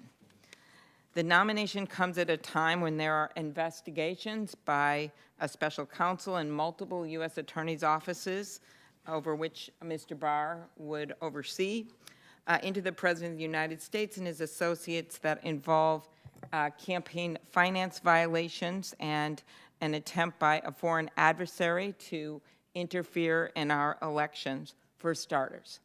And when I refer to the President of the United States, I mean the campaign, which he was part of, and also some of the individual matters that were being investigated out of New York. To date, this investigation has led to indictments or guilty pleas from over 30 people and 3 companies, including 7 former advisors to the President. This investigation goes to the heart of the integrity of our justice system and to the heart of the integrity of our elections. That's why it's essential that Special Counsel Mueller and so many of us on both sides of the aisle on this committee have stated that we believe that that investigation should be allowed to be continued and that he should be allowed to finish his work free of any political interference. Now, the President has made it clear in his past statements and tweets, particularly about former Attorney General Sessions, a former member of this committee, about what kind of an Attorney General he wants. He wants someone who will be his lawyer. And I believe that should worry us when, in fact, we know what the jurisdiction and the focus of the Attorney General of the United States should be. And that is to be the people's lawyer, the person who upholds the rule of law and makes sure it is applied equally no matter who you are. Mr. Barr has made clear that if he is confirmed, he's going to take over the supervision of the special counsel's investigation. That means he will oversee the special counsel's budget, the scope of the investigation, and will ultimately receive the results of the special counsel's investigation. And that is in addition to the Attorney General overseeing the related investigations by the U.S. Attorney's Office that don't have those special counsel regulations in place. But even though many of my colleagues asked him to pledge to make the special counsel's report public, and he had some language in which he pledged that he would consider doing that, he didn't fully commit to do that at a time when this nation needs transparency and at a time when our country needs the information, not just in this committee, not just in the halls of Congress, but for secretaries of states in local states across the country so that they know exactly what happened, so that law enforcement knows what happened when a foreign country tried to influence our election. No one is going to want to keep this information secret, and they shouldn't if they believe in the Constitution and this country. The Attorney General can make the Justice Department's rules and regulations and issue the guidance that would make the difference between transparency and facts never seeing the light of day. So the Office of the Legal Counsel guidance that a sitting president can't be indicted, the department's practice of not releasing information when it decides not to prosecute someone, and even the special counsel regulations are all within the Attorney General's power to keep or to change. And that is the heart of the matter. In our system of government, the Attorney General doesn't just have great powers, but has great responsibilities. And that is why we must look not only to this nominee's qualifications and his family and his work in the past, which is impressive, but we must look at his judgment to see if he can be the kind of Attorney General that we need right now in this nation's history. His 19-page memo, to me, tells it all. In his memo, he expresses, not for the first time, his alarming views of the president's powers. Here is one of them, and I quote, "The president's law enforcement powers extend to all matters, including those in which he has a personal stake." Mr. Barr doesn't cite statutes or cases or history or even the Federalist Papers. He just says it as if it's obvious. And as this committee heard from experts on executive power, that's far from obvious. It is out of the mainstream. Let's be clear about this and what it means. Mr. Barr believes that a president gets to supervise an investigation into his or her own conduct. And Mr. Barr's views on executive power are also well known, not just from this 19-page memo, but also from his past actions. And they give me grave doubts about his respect for Congress's power and responsibilities when it comes to overseeing the executive branch. This is not a time in our history, and I say this to my colleagues on the other side of the aisle, where Congress should be abdicating our responsibilities or shirking our duties. Not when it comes to national security, not when it comes to foreign relations, not when it comes to the nation's budget, and not when it comes to the oversight of law and order for this country. This is not the time to install an Attorney General who has repeatedly espoused a view of unfettered executive power. A few years ago, I got to visit the Carter Presidential Library in Atlanta. And I went there, honestly, because Walter Mondale was his vice president. And I was the only person in that library that kept looking for Walter Mondale memorabilia. But there was a very clear moment where Walter Mondale, friend of Senator Feinstein, where his presence was known. And that was a quote that was etched on the wall of the Carter Presidential Library. And it was Mondale's words when he looked back at their administration after they had lost the election. And he said this. He said, "We told the truth, we obeyed the law, we kept the peace." I believe that's the minimum standard that we should hold any administration to. There are always horrors from the world that comes at a president or at an administration. There are always decisions that have to be made that are difficult, that are doubted, that aren't right. But at the minimum, they should be upholding the law. They should be obeying the law. They should be telling the truth. And they should be trying to keep the peace. So that is what concerns me about putting this particular nominee in place. When I look at that memo, when I look at history, and I hope that I'm wrong. I hope that if he is confirmed, despite my opposition, that he will go in there and uphold the law.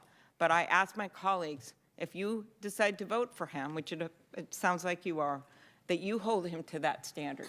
We will be trying over here, but this is not a time to mess around with the Constitution.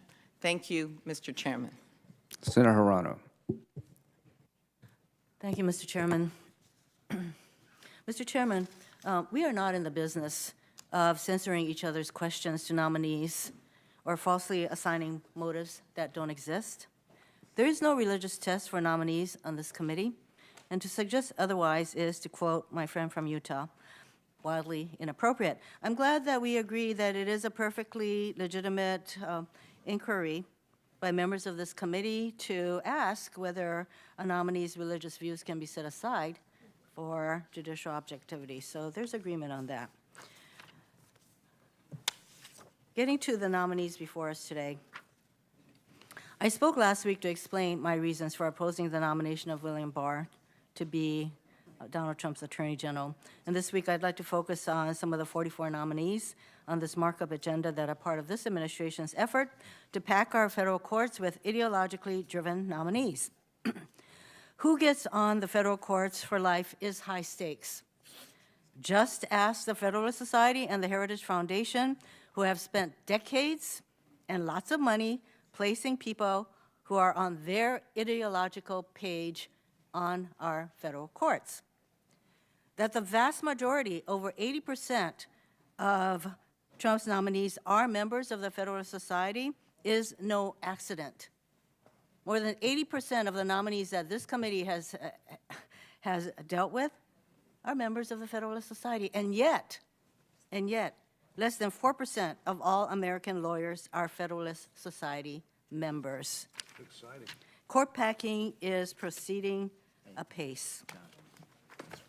Too many of these nominees have spent their careers opposing the rights of women, minorities, the LGBTQ community, and Americans who need affordable health care.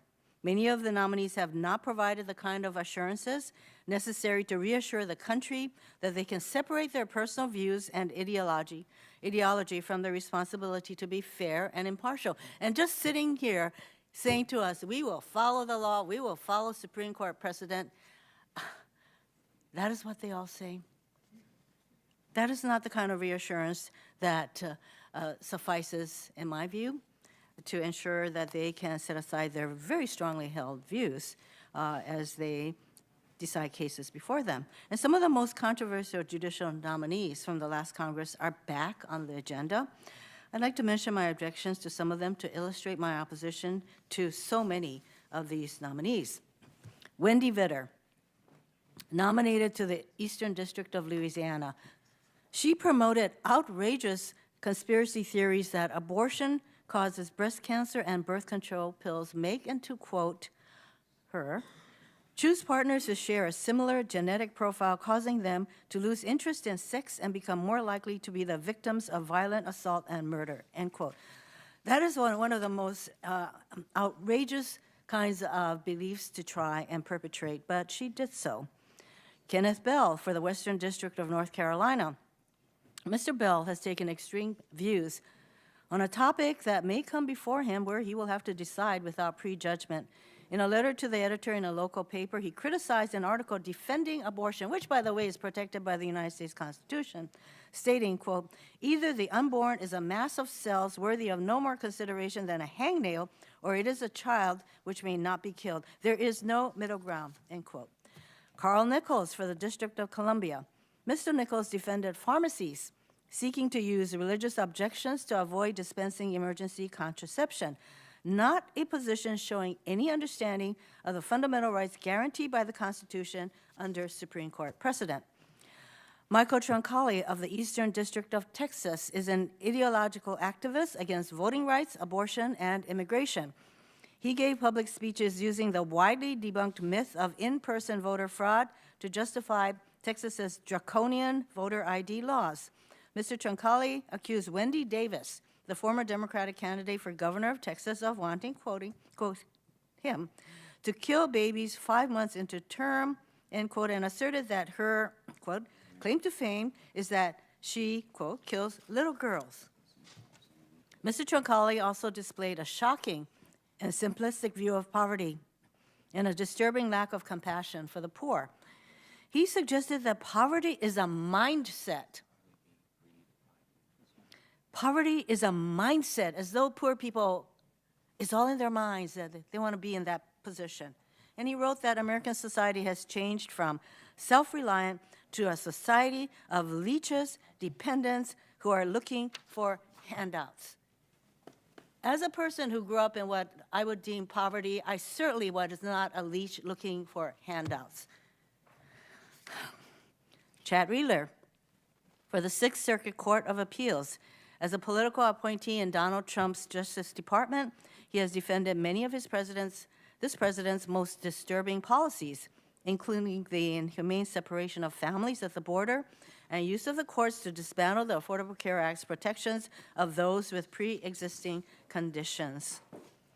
Patrick Wyrick, who is a 37-year-old nominee for the Western District of Oklahoma. Mr. Wyrick has spent his short legal career trying to undermine environmental protections, women's reproductive rights, workers' rights, and Native American sovereignty. When he defended Oklahoma's controversial death penalty by lethal injection in the Supreme Court, Justice Sotomayor called him out for his misstatements of fact. And during oral argument, Justice Sotomayor told him, quote, "I am substantially disturbed that in your brief you made factual statements that were not supported by the cited of those sources that in fact directly contradicted. So nothing you say or read to me am I going to believe, frankly, until I see it with my own eyes." The context. We should not have a judge who doesn't state facts accurately before the United States Supreme Court, no less. Nor should we have judges who come with firm personal views about issues they may have to rule fairly on. Matthew Kaczmarek for the Northern District of Texas. As Deputy Attorney Counsel for the First Liberty Institute, Mr. Kaczmarek has devoted his working life to making sure that his clients are free to discriminate while hiding under the guise of advocating for religious freedom. He urged the Supreme Court in Obergefell v. Hodges to rule that there is no nationwide right to same-sex marriage.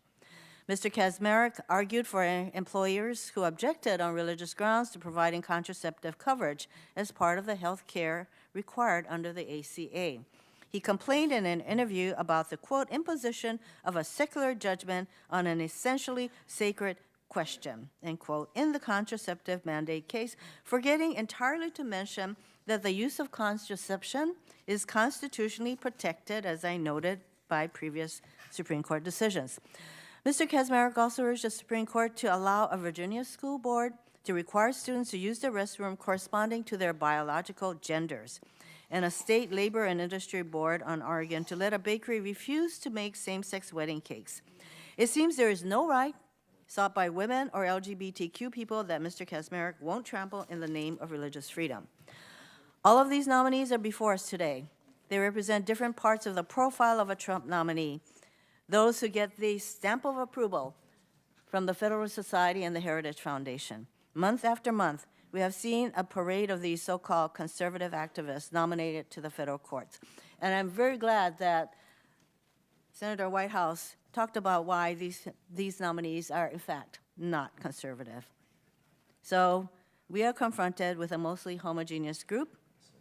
In many ways, not much diversity with the Trump nominees. They have been groomed by conservative political ideologues. They want to see Roe v. Wade overturned or narrowed into oblivion, LGBT people permanently consigned to the margins of American life, and constitutional and civil rights encroached on by the religious preference of a vocal few.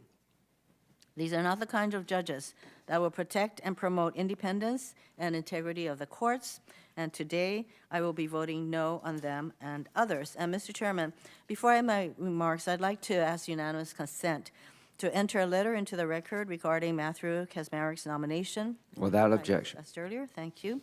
It is a letter signed by 300 parents of transgender children opposing his nomination, and in their letter, these parents point to Mr. Kaczmarek's prior statements that, quote, gender identity doesn't exist and that being transgender is a delusion. And these parents write, Kaczmarek's words are deeply offensive and harmful. Our children are not a delusion, and neither is our love and support for them. We believe our children are miracles, like every child. Thanks, Senator Rano. 2.5 minutes to Senator Lee. The problem with asking a nominee about the particulars of his or her religious beliefs is that those questions inevitably expose those beliefs as somehow a qualifier or a disqualifier for public office. That is flatly inconsistent with at least the letter, at least the spirit, if not also the letter, of at least 2 provisions of the Constitution.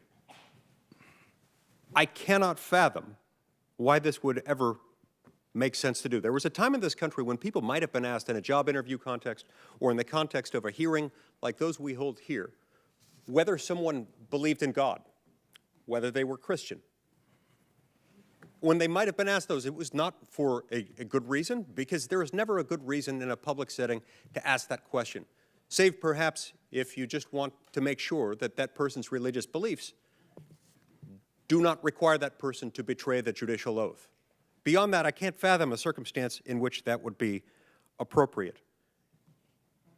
So I would ask Senator Hirono, in what circumstance, in what way, shape, or form is asking Naomi Rao whether she believes particular conduct to be sinful an appropriate question to be asked in this committee, ever? May I respond? Yes, please. You know, these probing questions, if you were to list all of the questions that we ask, they have to do with whether or not these nominees very strongly held religious views, as well as any other views that may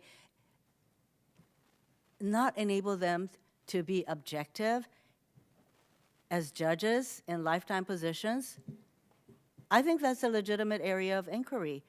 And it is not that we all ask, do you think such and such is a sin, et cetera, et cetera. Although, well, that was asked that this week. This week it was asked. I'm not making this up. Well, I know that, but I don't think we are here to censor this is a very the motives interesting of each and other's important questions. topic. And I ask all of us to be very cognizant of the fact that we are here to try and do our jobs to the best of our ability, and that is what we're doing.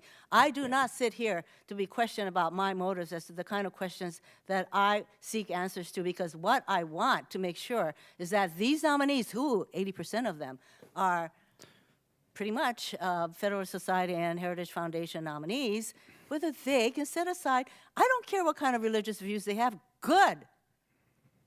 I just want to make sure those views and the other views they hold about LGBTQ rights, about all of these other issues that come before us, that they can set aside their ideological views so that they can objectively decide cases. That is where and I know that's where my colleagues are coming from.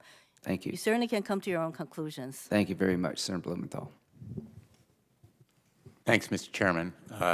First, I want to thank the chairman for conducting this meeting and our hearing as courteously as he has and thoughtfully. And I want to thank him in particular for the kind words and support that he's indicated on behalf of the red flag proposal that... For the committee's information, I will be scheduling a hearing on the red flag legislation as soon as we can. I met with the Parkland parents, and we'll see if we can find a way forward on that issue. Thank you, Senator Blumenthal. Thank you. And I think that hearing and our moving forward on that proposal could be really a historic breakthrough for the safety of our nation. And I know that the parents and young people who have championed gun violence prevention in Parkland deeply appreciate your stepping forward in that way. I also want to thank my colleague, Senator Grassley, for his participation, his strong work and bipartisan leadership on our Special Counsel Transparency Act, and I will be talking to a number of my colleagues about this measure, which I think is consistent with the stands that many of us have taken. And I understand this morning Senator Kennedy indicated his support for this idea, and I am more than happy to work with the specifics with any of my colleagues so as to assure that the American people see the results of the special counsel investigation. They paid for it. They have a right to see everything in that report. On the issue of judges, I've spent most of my career in the courtroom, and nothing that we do here in this committee, and maybe nothing that we do in the Senate, is more important to me than the quality of judges that we approve. It isn't agreeing or disagreeing with them in the views that they state.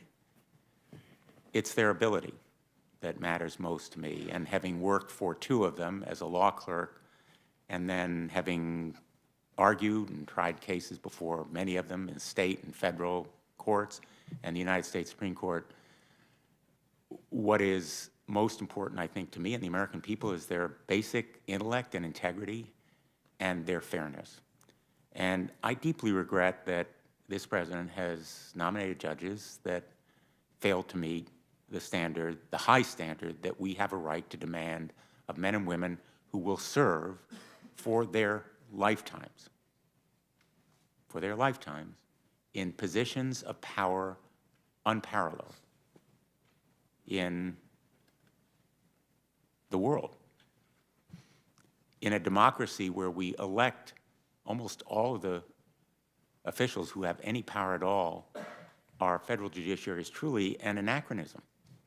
Lifetime appointments, unelected, immense power. As we all know, a federal judge is king in his courtroom and has power over people's lives that is unparalleled.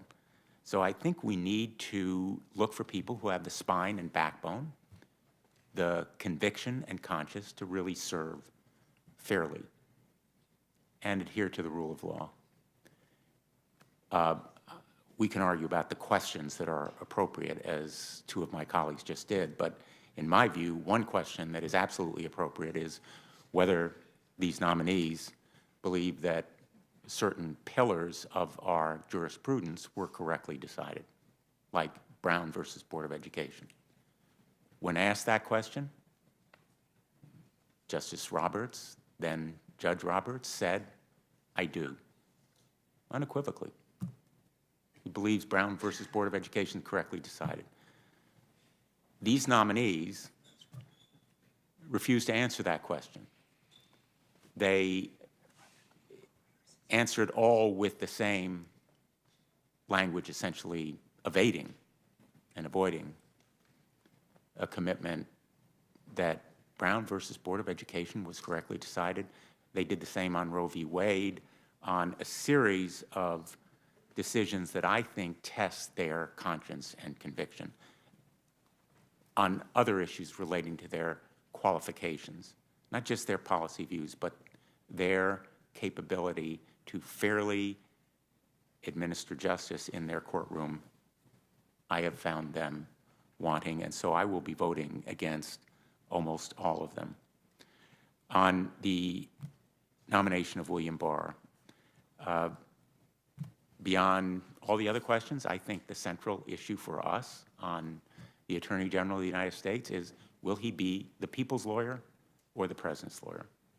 Will he put first the public interest over the president? At no time in our history has that issue been more important. We are already seeing dangerous threats to the rule of law, and I believe that when the history of this era is written, the real heroes will be our judiciary and the free press.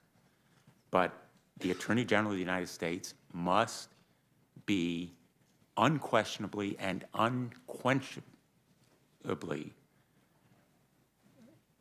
loyal to the rule of law and must put the people's interest first. I agree with my colleague, Senator Durbin. William Barr is a good person. He has distinguished credentials. He's served this country ably in other positions. But I am deeply disappointed that he has refused to commit to transparency when it comes to the special counsel. And that's the reason why I think the special counsel transparency bill is all the more important and essential. I asked him in this room, and I asked him in my office whether he would commit to make public the findings and evidence of the special counsel. And he cited rules and regulations. Those rules and regulations give him near complete discretion. We all know it. And if there is no indictment and there is no public disclosure, there will be, in effect, a cover-up of the special counsel's findings and evidence. The American people deserve to see that report. They paid for it. They deserve to see everything that's in it. And I am even more disappointed in the response that William Barr gave me when I asked him whether he would permit Robert Mueller to testify before Congress. He refused to answer that question, in effect. Robert Mueller must be willing to testify before the United States Congress on the findings and evidence of his report. Now, I know many of my colleagues will say the ordinary rule of prosecutors, and I was one, and I adhered to it, is no indictment, no charges, then there should be no comment. But the special counsel is different. Special counsel is appointed in the rare and profoundly significant circumstance of allegations of violation of public trust. And the public has a right to know what the special counsel finds and the evidence that is produced. And the failure of William Barr to commit to that principle of the public's right to know is, for me, a transcendent issue at this moment in our history. It goes to the rule of law, the credibility of the Department of Justice, and of our entire system of justice. There are other issues where I differ with William Barr in his previously stated views on women's health care and reproductive rights, his views on civil rights, and maybe most importantly, on his views of a unitary executive. I'm not going to repeat what my colleagues have said on that point, but I agree with them that he has telegraphed his views to the White House, and maybe it is the reason that they have chosen him. His overweening view and excessive discretion that he would give the President of the United States. In effect, to give the President the power to disregard certain statutes and refuse to enforce them, and possibly Supreme Court rulings, is, for me, absolutely unacceptable. So I will enter into the record a more complete statement about my views on all of these issues, but just to say that I cannot vote for William Barr. I hope that I can work with him and support what he does when I agree. I would recollect that I was the only member of this committee to vote against Rod Rosenstein as Deputy Attorney General. I voted against him because he refused to commit on an equally important issue, whether he would appoint a special counsel. He was nominated before a special counsel was appointed, before then Director Comey was discharged, and eventually he did appoint a special counsel. I was the only member of this committee to vote against him at all, but especially on that principle, and I think these issues are as important as those. I voted against Rod Rosenstein on the floor, along with 16 of my colleagues. We were in a distinct minority. We may be in a distinct minority to vote against William Barr as Attorney General of the United States, but I hope he will heed the message that we send him by these votes, that there must be transparency, and I urge my colleagues to join me in that vote, but as important or more so, the Special Counsel Transparency Act. Thank you, Mr. Chairman. Senator Harris. And I'd like to register my support of the Special Counsel Transparency Act. Mr. Chairman, I believe strongly, and I think that we've heard that here from our colleagues, that the public's perception of the fairness of our system of justice will have a direct impact on whether we actually do justice. If the American people believe that when they walk into a courtroom, they are not going to receive a fair hearing, that they are going to receive an unbiased perspective from a office holder of the court, and in particular a judge or justice, then we cannot possibly do justice in our country. And for that reason, I am deeply concerned that today what we are seeing is this administration's continued commitment to reshaping our courts for generations to come with nominees that are extreme and outside the mainstream. In just the first 2 years of this administration, the Senate has already confirmed 85 federal judges, including 2 Supreme Court justices. Today, we are considering 44 more nominees to the federal courts, and if confirmed, they will represent 1 out of 20 lifetime appointed federal judges in the United States. And it's not the number of the judges that are being confirmed that concerns me as much as the number of extreme judges who are being confirmed. Because let's be clear, and my colleagues have mentioned, there are many that are deeply problematic.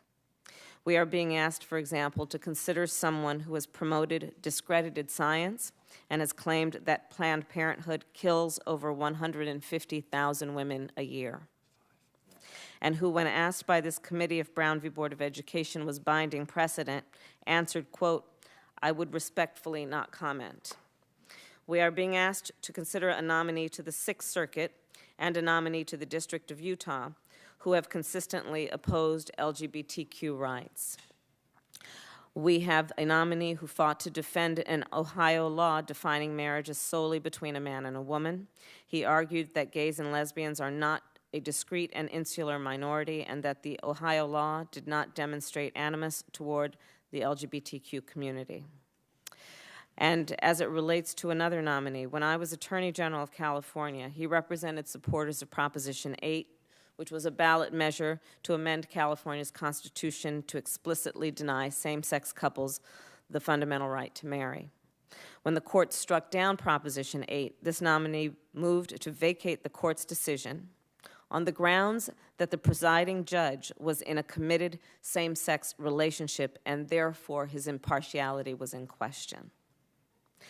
And let's recall years ago when the courts of our land were considering civil rights cases, there had been similar types of arguments made against black justices serving on the court and questioning their ability to be unbiased in considering civil rights issues before them.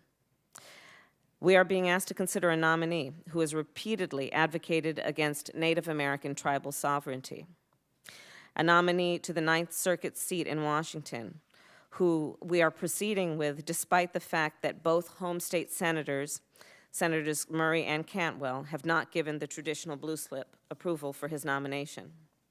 We are being asked to consider a nominee to the Sixth Circuit who was intimately involved in the Department of Justice's challenge to the Affordable Care Act, wherein the argument that was made was so outside the mainstream that Senator Lamar Alexander called it, quote, as far-fetched as any I've heard.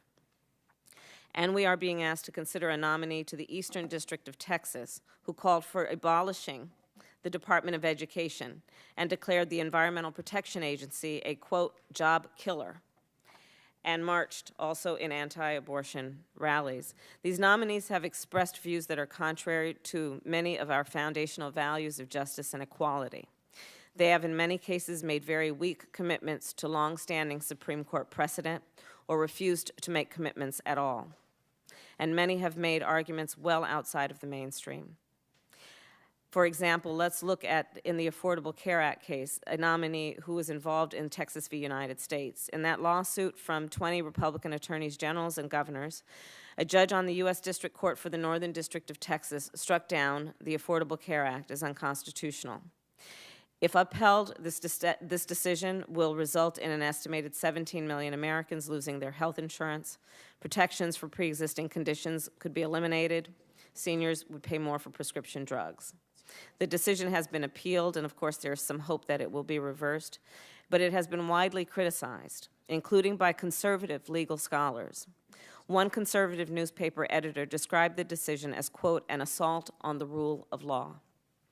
And just imagine how many more poorly reasoned and destructive rulings we will see if many of the ideologies that we are considering today end up influencing decisions from the bench. The decisions of our federal judges have a very real impact on the lives of Americans every day. This committee should sure that when we are sending the names of nominees out of this committee, that we are doing it in a way that ensures that the American public will have confidence in our system of judgment, of justice. And I would just argue that let's always be influenced and as our guiding light, look at those words that are inscribed on the United States Supreme Court, equal justice under law. And it is my hope, my prayer, and my wish that when we nominate and then when we confirm justices and judges out of this committee, that they are truly committed and that their experience and their backgrounds evidence a commitment to equal justice under law. Thank you, Mr. Chairman. Thanks, Senator Harris. Senator Booker put his statement in the record by unanimous consent. I'll speak a second, then turn it over to Senator Tillis. At 12:45, we'll vote. So about Mr. Barr, I think we need a steady hand at the Department of Justice, and I believe he provides that steady hand. It's not based on what I believe, it's based on his experience. If you wanted to pick an attorney general, it'd be a good thing to look at those who've done the job before and see if one of them would be willing to do it again. He got a voice vote for attorney general. He was a deputy attorney general. He was the head lawyer for the CIA, all by voice votes. I think he's had a reputation throughout his life of being a squared-away person. In terms of the memo, I actually agree with his nuanced position on the statute, and he doesn't say that the president can't be charged with obstruction of justice. Quite the contrary, a president can be, but there's a portion of the statute that he thought would not be wise to use as an obstruction cause based on firing somebody, which you have a lot of latitude for that. But the president, under Mr. Barr's beliefs, can be charged with obstruction of justice. Whether or not you indict a sitting president, I think that debate's been going on for like 40 years.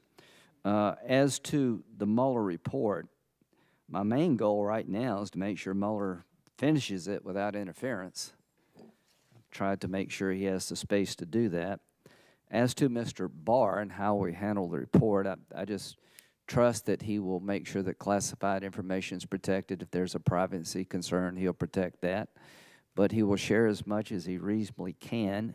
And if I come out in a different space with him about his judgment, I'll sign on with Senator Blumenthal. I just want to give him a chance to exercise the discretion given to him under the regulation. And I trust him. I don't think he's auditioning for the job. As a matter of fact, if you knew the history of trying to get this guy to take the job, it was not much of an audition. I begged him. So the president's been, he can be a handful. That's just the way it is with President Trump. But he does ask people what they think. And he's asked me about the Attorney General. I said, you got a lot of good choices here. And he asked about Bill Barr, and I said, that would be a great choice, I think, because you know what you're getting. And he's got the judgment. He's at a time in his life where, he's got nobody to please, and he's not going to ruin his reputation late in life here. I'm confident of that. But I think it'd be fair to you, Mr. President. I think you will look at abuses at the Department of Justice that should be looked at. And but also you can expect from him to be fair to the public and true to the law. So the history of this nomination, I talked to him several times, reluctant to get back into public service, but I'm glad he made that choice, and I respect all my colleagues who are going to go in a different direction. But to the public, I believe of all the people President Trump could have chosen, Mr. Barr is at the top of the list. He's just really the kind of person I think, quite frankly, we need at the Department of Justice right now. As to the other judges, they've all had hearings. 19 of them have been voted upon. I think Senator Kennedy said it well. If I were president, there's some people I probably wouldn't pick. I'd pick somebody maybe you didn't like. But I've tried to say that elections have consequences. There are members of this committee running for president who are very talented. And I can tell you, once you get that job, if you get it, one of the big responsibilities is nominate qualified people to the court. And if one of you win, I'm sure you'll pick people differently than I would. And I'll try my best to make sure they get a fair shake. And the qualifications test seems to have died. And Scalia got 96 votes. and I think 98 votes, and Ginsburg got 96. Now, they're about as polar opposite as you can be in terms of judicial philosophy, but they turned out to be fast friends. And I don't know what's happened. I mean, I'm not blaming anybody, but there was a day that a very strong conservative and someone who was very much attached in terms of the liberal judicial philosophy sailed through this body. Because how can you say Ruth Bader Ginsburg is not qualified? And same for Scalia. But we are where we are. Senator Leahy, I looked at his record. He's voted on 12 Republicans, voted for 6, against 6. You know, things are changing, and I don't know where to put the blame or a particular point in time. Strom Thurmond voted for Ginsburg. People mentioned Strom's name. There's no way you agree with her philosophy, but I'm glad he found her qualified. And Senator Hollings, Democrat from South Carolina, voted for Scalia, and I'm sure that's the same. I voted for everybody because I thought Sotomayor and Kagan were qualified. That's exactly who I'd expect a Democratic president to go look at. Some people like Sotomayor and Kagan, who have a pretty well-defined philosophy that's more in the less conservative camp. The Federalist Society, they're important on our side. These are a bunch of conservative lawyers. They do have influence. They do have input. And I expect, I don't know how a Democratic nominee comes up through the system, but I would imagine different groups on your side have input too. And we are where we are. So I'm thinking about doing a resolution going back to the 60-vote rule for the next president. Because I think the biggest mistake the body made was abandoning that. Because right now we don't need any of y'all, and there'll come a day you don't need any of us. And if I have to pick up a few of y'all, we're going to pick somebody a little bit differently, and vice versa. But I don't know what's going to happen if you get a Republican president, say a Democratic president, and you got a Republican Senate. I don't know how the hell you get anybody through. That's the collateral damage that's going to flow over time from abandoning the 60-vote requirement. And the thing about the 60-vote requirement, it was actually never used. No one, Senator Leahy in the Clarence Thomas case, which was very hot, he said he deserves to get out of committee. And that's just the way it was. And we're not bad people. Times have changed, not just because of us, but because of sort of the way people view the judge debate. It is a hot contest. Those running for president are going to say somewhere during the campaign, I'm going to make sure that I nominate somebody that will uphold Roe v. Wade. Now, you're going to say that, and Trump's going to say what he said before, but at the end of the day, we'll take your nominations and nominees, and we'll try to sort them out, and I will promise to vote for as many qualified people I wouldn't pick as possible, just to keep the system afloat. But the other point about circuit courts assigned to states, maybe we can find some agreement there, Senator White. I don't know how many Rhode Island gets, but I'd like us all to work together to say, you're not going to steal South Carolina's seats. Now, if there's a nut job going to be appointed for that circuit, at least it will come from Rhode Island. And maybe that's progress. But the bottom line is the blue slip, I'll try to make sure you're consulted and we find common ground if we can. If we can't, I am sorry. And we'll just do the best we can with this committee. And I know there's a lot of nominees on the schedule today, but all of them had hearings, all of them been voted, and this will soon pass and sort of get a chance to start over. Judges are important for what it matters. I didn't go to the conference. I went to Turkey, I think. But the bottom line is judges are important, but that's not the only thing. I think there's things we can do, I hope we can do, on social media. I've got a flip phone, so I'm not the one guy you'd want to come to fix this problem. But it seems to me that somebody needs to do something about these big behemoth organizations that can affect everybody's life for good and bad. It's the Wild Wild West out there. And to Senator Whitehouse, we haven't been attacked yet, but we're eventually going to be attacked in a major Pearl Harbor type fashion on cyber. And when that day comes, nobody can accuse Sheldon Whitehouse of not trying to do his part. We're still have really no system in America to ensure that critical infrastructure and power and financial services, that there's an organized system to get the best product possible to protect the public. And so this cyber idea will take up. Senator Blumenthal, there's got to be a due process component, but I just have a hard time telling folks that we can't come up with a preventive system. When we know somebody is about to blow, family members and law enforcement need a chance to say, this person needs some help, not a gun. And in Parkland, Cruz did everything but take out an ad. He's going to kill somebody. Now, we can do better than that. So we'll have our fights, and they'll be fun, and Senator Lee is a problem solver and a fighter. And we'll talk about what questions to ask and what's in bounds and what's not. But time is precious, and I want to just make sure that going forward that we can take up topics that are worthy of this committee, not just the Republican Party. With that, Mr. Chairman, can I just respond to very, very quickly to one point that you've raised? First of all, let me say I deeply welcome your commitment to begin this conversation and consideration about privacy and big tech. The Commerce Committee and members of that committee are considering measures. Yeah, we're going to do a task force between the two committees and see if they can come up with some recommendations for us.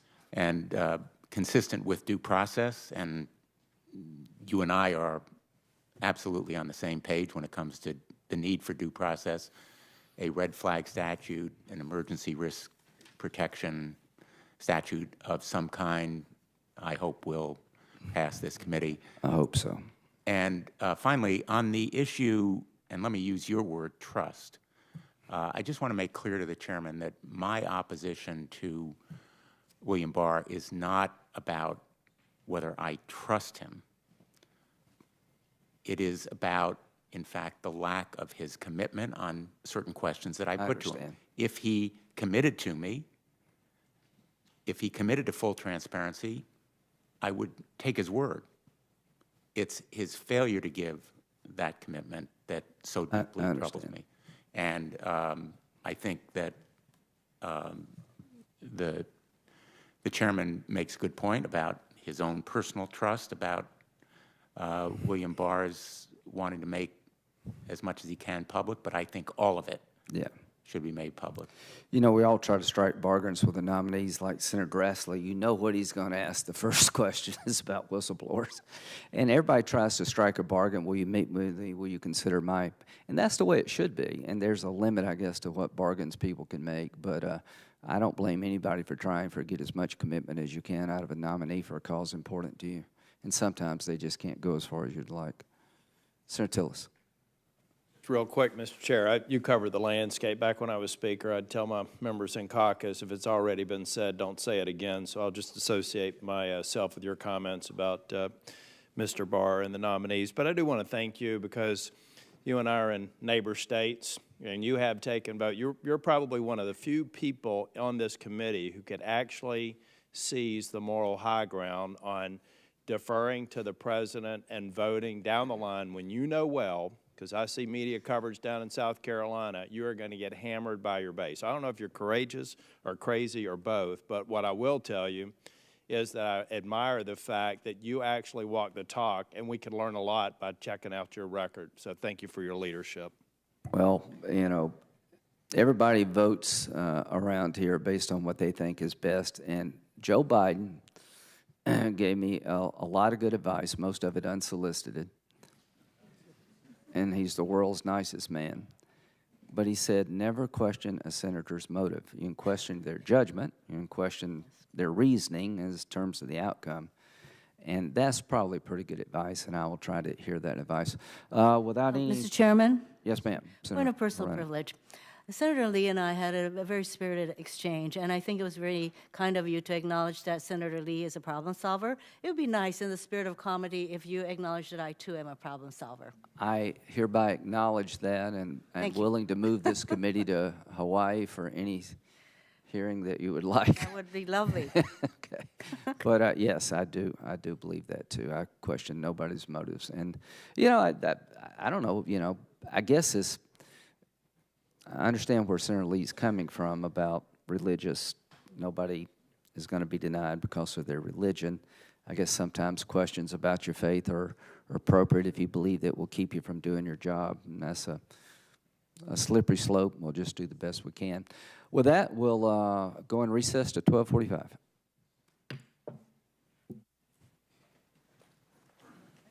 Does he want to say anything?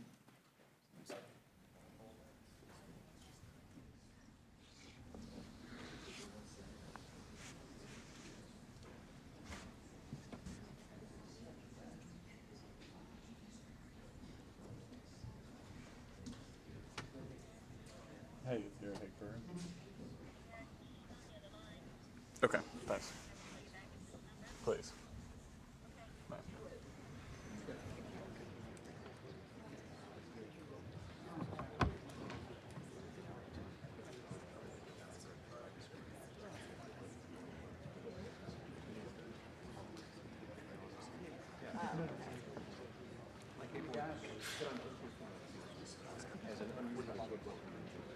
Very central.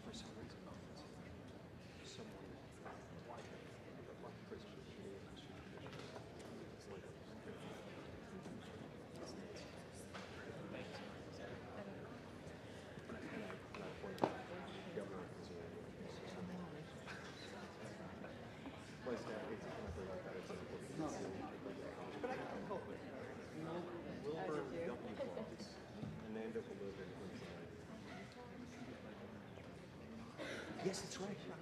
No, well, no, it was Kit Vaughn. Kit Vaughn rescinded. So, we had a thing in the 2012 the Utah delegation saw Kit Vaughn lead the whole delegation of Tusk. Hello to the Mormon people. Thank you. And he loves that. He's like, oh, yeah.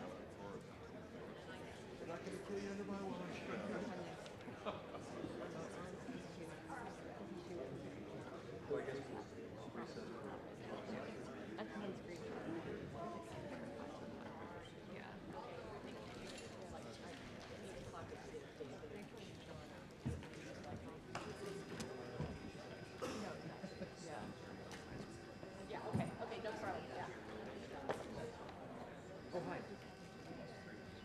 Okay, sounds great.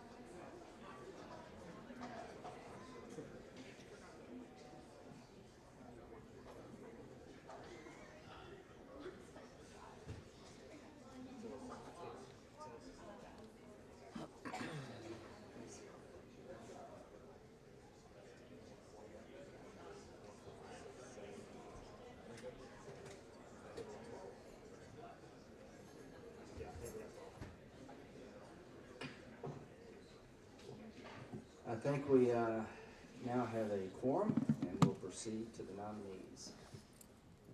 First, on the nomination of William Barr to be the United States Attorney General, the clerk will call the roll. Mr. Grassley. Aye. Mr. Cornyn. Aye. Mr. Lee. Aye. Mr. Cruz. Aye by proxy. Mr. Sass. Aye. Mr. Hawley. Aye. Mr. Tillis. Aye by proxy. Ms. Ernst. Aye. Mr. Crapo. Aye. Mr. Kennedy. Aye. Mrs. Blackburn. Aye. Mrs. Feinstein. No. Mr. Leahy. No by proxy. Mr. Durbin. No by proxy. Mr. Whitehouse. No. Ms. Klobuchar. No by proxy. Mr. Coons. No by proxy. Mr. Blumenthal. No. Ms. Hirono. Mr. Booker. No by proxy. Ms. Harris. Mr. Chairman. Aye. Mr. Chairman, the votes are 12 yeas, 10 nays. The nomination will be favorably reported to the floor. Mr. Chairman, I want to be reported as a no. Without objection. Same for me, Mr. Chair. Without objection. Next, on the nomination of Eric Miller for the Ninth Circuit, the clerk will call the roll. Mr. Grassley. Aye. Mr. Cornyn. Aye. Mr. Lee. Aye. Mr. Cruz. Aye by proxy. Mr. Sass. Aye. Mr. Hawley. Aye. Mr. Tillis. Aye. Ms. Ernst. Aye. Mr. Crapo. Aye. Mr. Kennedy. Aye. Mrs. Blackburn. Aye. Mrs. Feinstein. No. Mr. Leahy. No by proxy. Mr. Durbin. No by proxy. Mr. Whitehouse. No. Ms. Klobuchar. No. Mr. Coons. No by proxy. Mr. Blumenthal. No. Ms. Hirono. Mr. Booker. No by proxy. Ms. Harris. Mr. Chairman. Aye. Mr. Chairman, the votes are 12 yeas, 10 nays. The nomination will be favorably reported. Next, the nomination of Allison James Rushing for the Fourth Circuit. The clerk will call the roll. Mr. Grassley. Aye. Mr. Cornyn. Aye. Mr. Lee. Aye. Mr. Cruz. Aye by proxy. Mr. Sass. Aye. Mr. Hawley. Aye. Mr. Tillis. Aye. Ms. Ernst. Aye. Mr. Crapo. Aye. Mr. Kennedy. Aye. Mrs. Blackburn. Aye. Mrs. Feinstein. No. Mr. Leahy. No by proxy. Mr. Durbin. No by proxy. Mr. Whitehouse. No. Ms. Klobuchar. No. Mr. Coons. No by proxy. Mr. Blumenthal. No. Ms. Hirono. Mr. Booker. No by proxy. Ms. Harris. Mr. Chairman. Aye. Mr. Chairman, the votes are 12 yeas, 10 nays. The nomination will be favorably reported to the floor.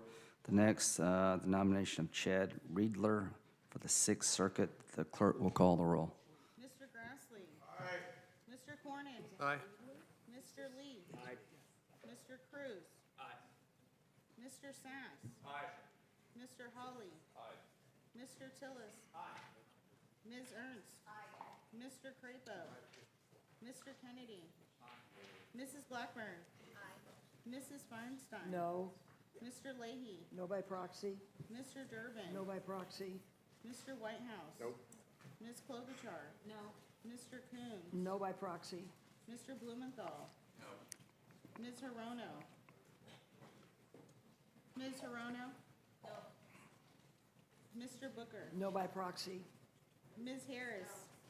Mr. Chairman. Aye. Mr. Chairman, the votes are 12 yeas, 10 nays. Next, Eric Murphy for the Sixth Circuit. Clerk will call the roll. Mr. Grassley. Aye. Mr. Cornyn. Aye. Mr. Lee. Aye. Mr. Cruz. Aye. Sorry. Mr. Sass. Aye. Mr. Hawley. Aye. Mr. Tillis. Aye. Ms. Ernst. Mr. Crapo. Mr. Kennedy. Mrs. Blackburn. Mrs. Feinstein. No. Mr. Leahy. No by proxy. Mr. Durbin. No by proxy. Mr. Whitehouse. No. Ms. Klobuchar. No. Mr. Coons? No by proxy. Mr. Blumenthal? Ms. Hirono? Mr. Booker? No by proxy. Ms. Harris? Mr. Chairman? Aye. Mr. Chairman, the votes are 12 yeas, 10 nays. The nomination will be favorably reported to the floor. Next is Bridget Beatty for the Ninth Circuit. Yes. Absolutely, without objection. On the nomination of Bridget Beatty for the Ninth Circuit, the clerk will call the roll. Mr. Grassley? Aye. Mr. Cornyn? Aye. Mr. Lee? Aye. Mr. Cruz? Aye. Mr. Sass? Aye. Mr. Hawley? Aye. Mr. Tillis? Aye. Ms. Ernst? Aye. Mr. Crapo? Aye. Mr. Kennedy? Aye. Mrs. Blackburn? Aye. Mrs. Feinstein? No. Mr. Leahy? No by proxy. Mr. Durbin? Oh, excuse me, it's a yes. Are you sure? Both yes? And I misread this, I'm sorry, and I am a yes too. Okay. Okay. Mr. Durbin? We had a rhythm there. Ms. Klobuchar? Mr. Coons? Yes by proxy. Mr. Blumenthal? Ms. Hirono? Ms. Hirono? Mr. Booker? No by proxy. Ms. Harris? Mr. Chairman? Aye. Mr. Chairman, the votes are 17 yeas, 5 nays. The nomination will be favorably reported to the floor. Next, Paul Maytee for the Third Circuit. The clerk will call the roll. Mr. Grassley? Aye. Mr. Cornyn? Aye. Mr. Lee? Aye. Mr. Cruz? I want an aye as good as Chuck's. I think he's having a free lunch. Shout it out. Aye. Okay. Mr. Sass? Aye. Mr. Hawley? Aye. Mr. Tillis? Aye. Ms. Ernst? Aye. Mr. Crapo? Aye. Mr. Kennedy? Aye. Mrs. Blackburn? Aye. Mrs. Feinstein? No. Mr. Leahy? No by proxy. Mr. Durbin? No. Mr. Whitehouse? No. Ms. Klobuchar? No. Mr. Coons? No by proxy. Mr. Blumenthal? No. Ms. Hirono? No. Mr. Booker? No by proxy. Ms. Harris? Mr. Chairman? Aye. Aye. Mr. Chairman, the votes are 12 yeas, 10 nays. Reported to the floor favorably. Now we're in the district court judges. The nomination of Matthew Kazmarek for the Northern District of Texas. The clerk will call the roll. Mr. Grassley? Aye. Mr. Cornyn? Aye. Mr. Lee? Aye. Mr. Cruz? Aye. Mr. Sass? Aye. Mr. Hawley? Aye. Mr. Tillis? Aye. Ms. Ernst? Aye. Mr. Crapo? Aye. Mr. Kennedy? Aye. Mrs. Blackburn? Aye. Mrs. Feinstein? No. Mr. Leahy? No by proxy. Mr. Durbin? No. Mr. Whitehouse? No. Ms. Klobuchar? No. Mr. Coons? No by proxy. Mr. Blumenthal? No. Ms. Hirono? No. Mr. Booker? No by proxy. Ms. Harris? Mr. Chairman? Aye. The nomination will, I'm sorry. That's fine, Mr. Chairman. Votes are 12 yeas, 10 nays. Okay, it will be favorably reported to the floor. Howard Nielsen for the District of Utah. The clerk will call the roll. Mr. Grassley? Aye. Mr. Cornyn? Aye. Mr. Lee? Aye. Mr. Cruz? Aye. Mr. Sass? Aye. Mr. Hawley? Aye. Mr. Tillis? Aye. Ms. Ernst? Mr. Crapo? Mr. Kennedy? Mrs. Blackburn? Mrs. Feinstein? No. Mr. Leahy? No by proxy. Mr. Durbin? No. Mr. Whitehouse?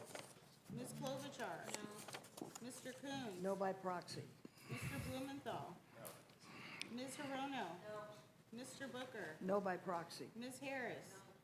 Mr. Chairman. Aye. Mr. Chairman, the votes are 12 yeas, 10 nays. The nomination will be favorably reported. Next, the nomination of Daniel Domenico for the District of Colorado. The clerk will call the roll. Mr. Grassley. Aye. Mr. Cornyn. Aye. Mr. Lee. Aye. Mr. Cruz. Aye. Mr. Sass. Aye. Mr. Hawley. Aye. Mr. Tillis. Aye. Ms. Ernst. Aye. Mr. Crapo. Aye. Mr. Kennedy. Aye. Mrs. Blackburn. Mrs. Feinstein. No. Mr. Leahy. No by proxy. Mr. Durbin. No. Mr. Whitehouse. No. Ms. Klobuchar. No. Mr. Coons. No by proxy. Mr. Blumenthal. No. Ms. Hirono. Mr. Booker. No by proxy. Ms. Harris. Mr. Chairman. Aye. Mr. Chairman, the votes are 12 yeas, 10 nays. The nomination will be favorably reported to the floor. Next, the nomination of Wendy Vitter for the Eastern District of Louisiana. The clerk will call the roll. Mr. Grassley. Aye. Mr. Cornyn. Aye. Mr. Lee. Aye. Mr. Cruz. Aye. Mr. Sacks. Aye. Mr. Hawley. Aye. Mr. Tillis. Aye. Ms. Ernst. Aye. Mr. Crapo. Aye. Mr. Kennedy. Aye. Mrs. Blackburn. Mrs. Feinstein. No. Mr. Leahy. No by proxy. Mr. Durbin. No by proxy. Pretty nice. Mr. Whitehouse. Nope. Ms. Klobuchar. No. Mr. Coons. No by proxy. Mr. Blumenthal. Ms. Hirono. Mr. Booker. No by proxy. Ms. Harris. Mr. Chairman. Aye. Mr. Chairman, the votes are 12 yeas, 10 nays. The nomination will be reported to the floor, favorably reported. Next, the nomination of Michael Tracali for the Eastern District of Texas. The clerk will call the roll. Mr. Grassley. Aye. Mr. Cornyn. Aye. Mr. Lee. Aye. Mr. Cruz. Aye. Mr. Sacks. Aye. Mr. Hawley. Aye. Mr. Tillis. Aye. Ms. Ernst. Aye. Mr. Crapo. Aye. Mr. Kennedy. Aye. Mrs. Blackburn. Mrs. Feinstein. No. Mr. Leahy. No by proxy. Mr. Durbin. No. Mr. Whitehouse. Ms. Klobuchar. No. Mr. Coons. No by proxy. Mr. Blumenthal. No. Ms. Hirono. No. Mr. Booker. No by proxy. Ms. Harris. No. Mr. Chairman. Aye. Mr. Chairman, the votes are 12 yeas, 10 nays. The nomination will be favorably reported to the floor. Next, nomination of J. Campbell Barker for the Eastern District of Texas. The clerk will call the roll. Mr. Grassley. Aye. Mr. Cornyn. Aye. Mr. Lee. Aye. Mr. Cruz. Mr. Sass. Aye. Mr. Hawley. Aye. Mr. Tillis. Aye. Ms. Ernst. Aye. Mr. Crapo. Aye. Mr. Kennedy. Mrs. Blackburn. Mrs. Feinstein. No. Mr. Leahy. No by proxy. Mr. Durbin. No. Mr. Whitehouse. No by proxy. Ms. Klobuchar. No. Mr. Coons. No by proxy. Mr. Blumenthal. No. Ms. Hirono. No. Mr. Booker. No by proxy. Ms. Harris. No. Mr. Chairman. Aye. Mr. Chairman, the votes are 12 yeas, 10 nays. The nomination will be favorably reported to the floor. Next, Patrick Wyrick for the Western District of Oklahoma. The clerk will call the roll. Mr. Grassley. Aye. Mr. Cornyn. Aye. Mr. Lee. Aye.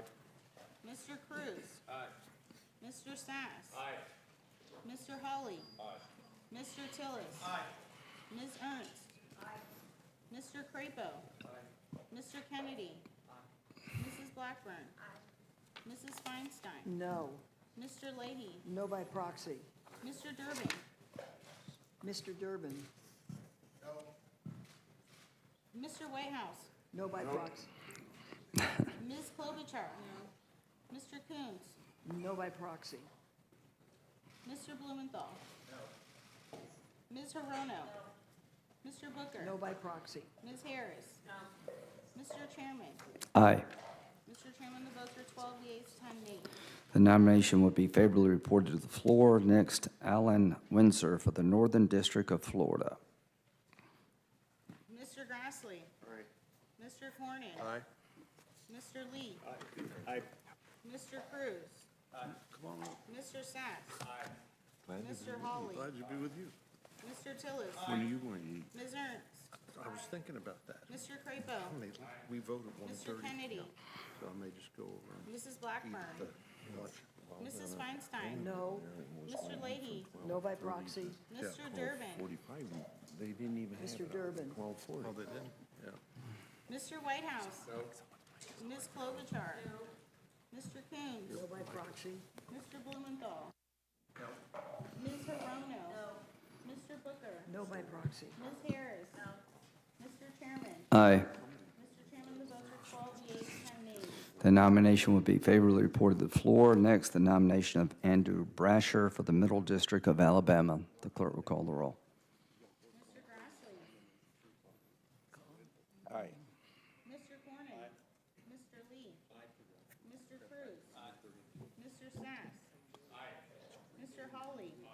Mr. Tillis. Ms. Ernst. Mr. Crapo. Mr. Kennedy. Mrs. Blackburn. Mrs. Feinstein. No. Mr. Leahy. No by proxy. Mr. Durbin. No. Mr. Whitehouse. No by proxy. Ms. Klobuchar. No. Mr. Coons. No, oh, no by proxy. Mr. Blumenthal. Ms. Hirono. Mr. Booker. No by proxy. Ms. Harris. Mr. Chairman. Aye. Mr. Chairman, the votes are 12 yeas, 10 nays.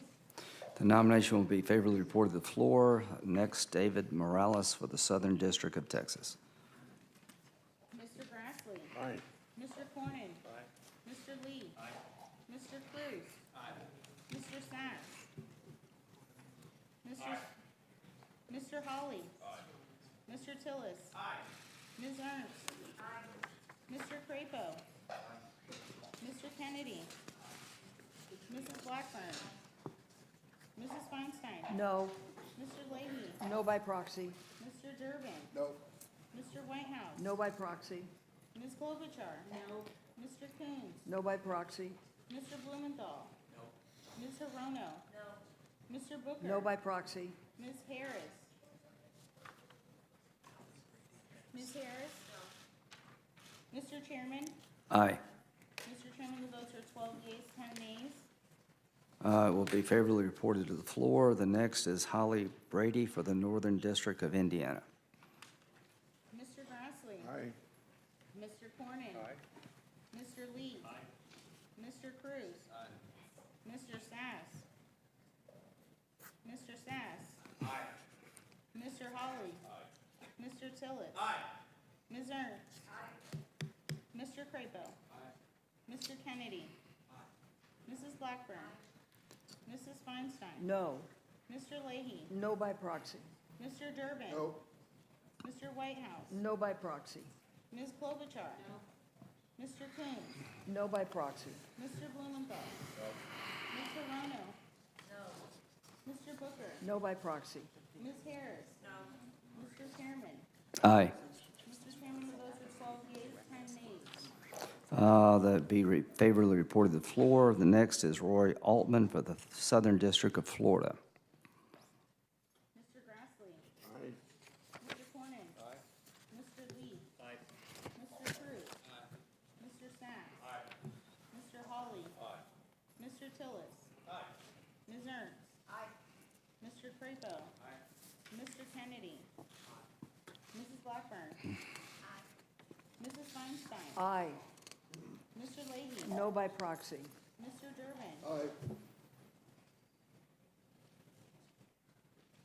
Mr. Whitehouse. Aye by proxy. Ms. Klobuchar. No. Mr. Coons. Aye by proxy. Mr. Blumenthal. No. Ms. Hirono. No. Mr. Booker. No by proxy.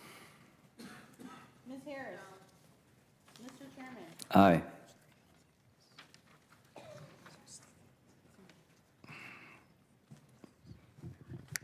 Mr. Chairman, the votes are 16 yeas, 6 nays. The nomination will be favorably reported. Next, nomination of Stephen Clark for the Eastern District of Missouri. Mr. Grassley.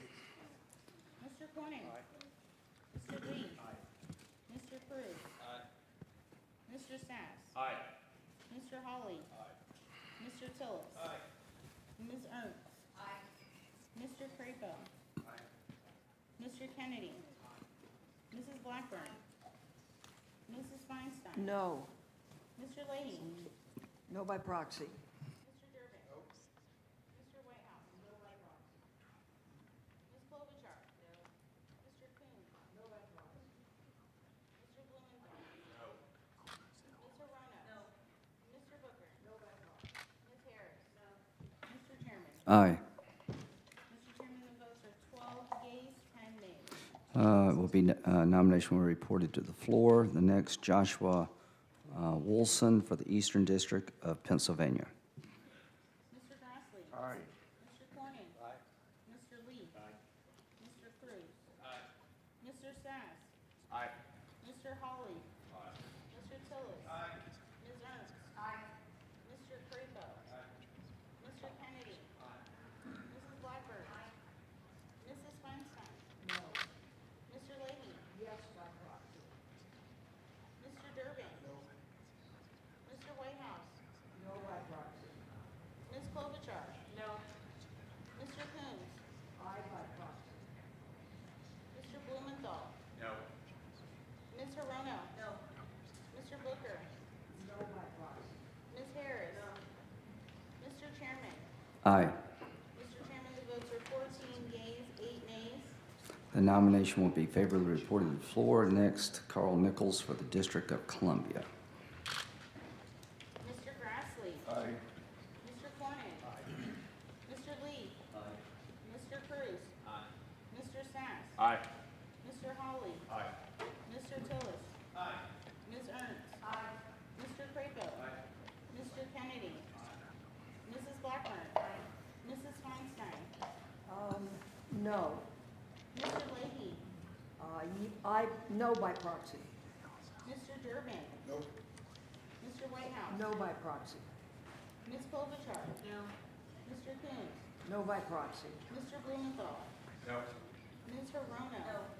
Mr. Booker. No by proxy. Ms. Harris. Mr. Chairman. Aye. Mr. Chairman, the votes are 12 yeas, 10 nays. The nomination will be reported to the floor. Next, Kenneth Bell for the Western District of North Carolina. Mr. Grassley. Aye. Mr. Corning. Aye. Mr. Lee. Aye. Mr. Cruz. Aye. Mr. Sass. Aye. Mr. Hawley. Aye. Mr. Tillis. Aye. Ms. Ernst. Aye. Mr. Crapo. Aye. Mr. Kennedy. Aye. Mrs. Blackburn. Aye. Mrs. Feinstein. No. Mr. Leahy. No by proxy. Mr. Durbin. No. Mr. Whitehouse. No by proxy. Ms. Klobuchar. No. Mr. Coons. No by proxy. Mr. Blumenthal. No. Ms. Hirono. No. Mr. Booker. No by proxy. Ms. Harris. Mr. Chairman. Aye. Mr. Chairman, the votes are 12 yeas, 10 nays. The nomination will be reported to the floor. Next, Ryan Holt for the Court of Claims. Mr. Grassley. Aye. Mr. Corning. Aye. Mr. Lee. Mr. Cruz. Aye. Mr. Sass. Aye. Mr. Hawley. Mr. Tillis. Ms. Ernst. Mr. Crapo. Mr. Kennedy. Mrs. Blackburn. Mrs. Feinstein. No. Mr. Leahy. No by proxy. Mr. Durbin. Aye. Mr. Whitehouse. No by proxy. Ms. Klobuchar. Aye. Mr. Coons. No by proxy. Mr. Blumenthal. Oh, excuse me. That's a change. Aye by proxy.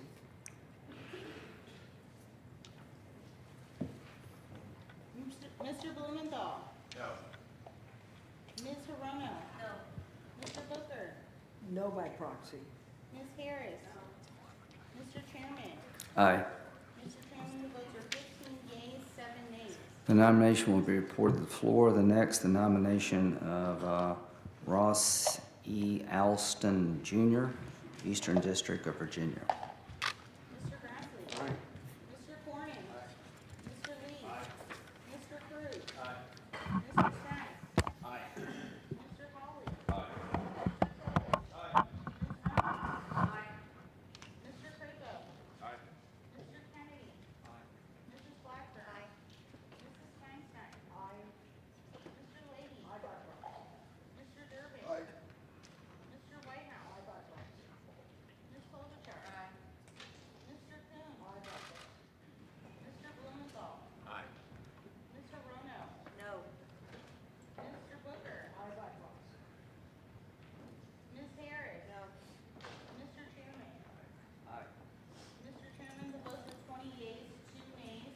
The nomination will be favorably reported to the floor. The next, Corey Mays for the Northern District of Alabama. Mr. Grassley. Aye. Mr. Corning.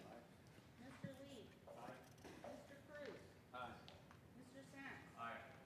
Mr. Hawley. Mr. Tillis. Ms. Ernst. Mr. Crapo. Mr. Kennedy.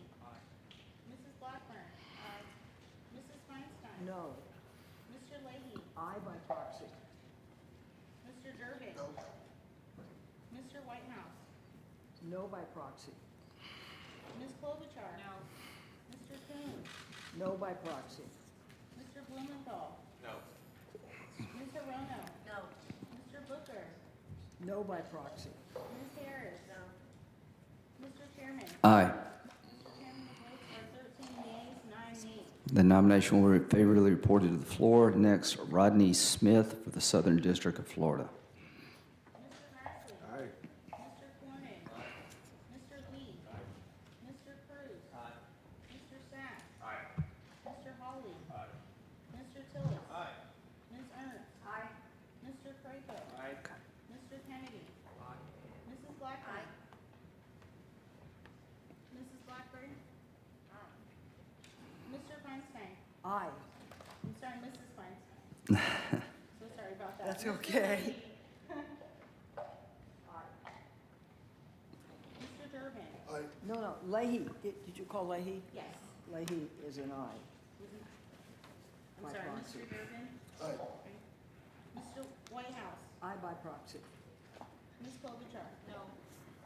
Mr. Coons. Aye by proxy. Mr. Blumenthal. No. Ms. Hirono. No.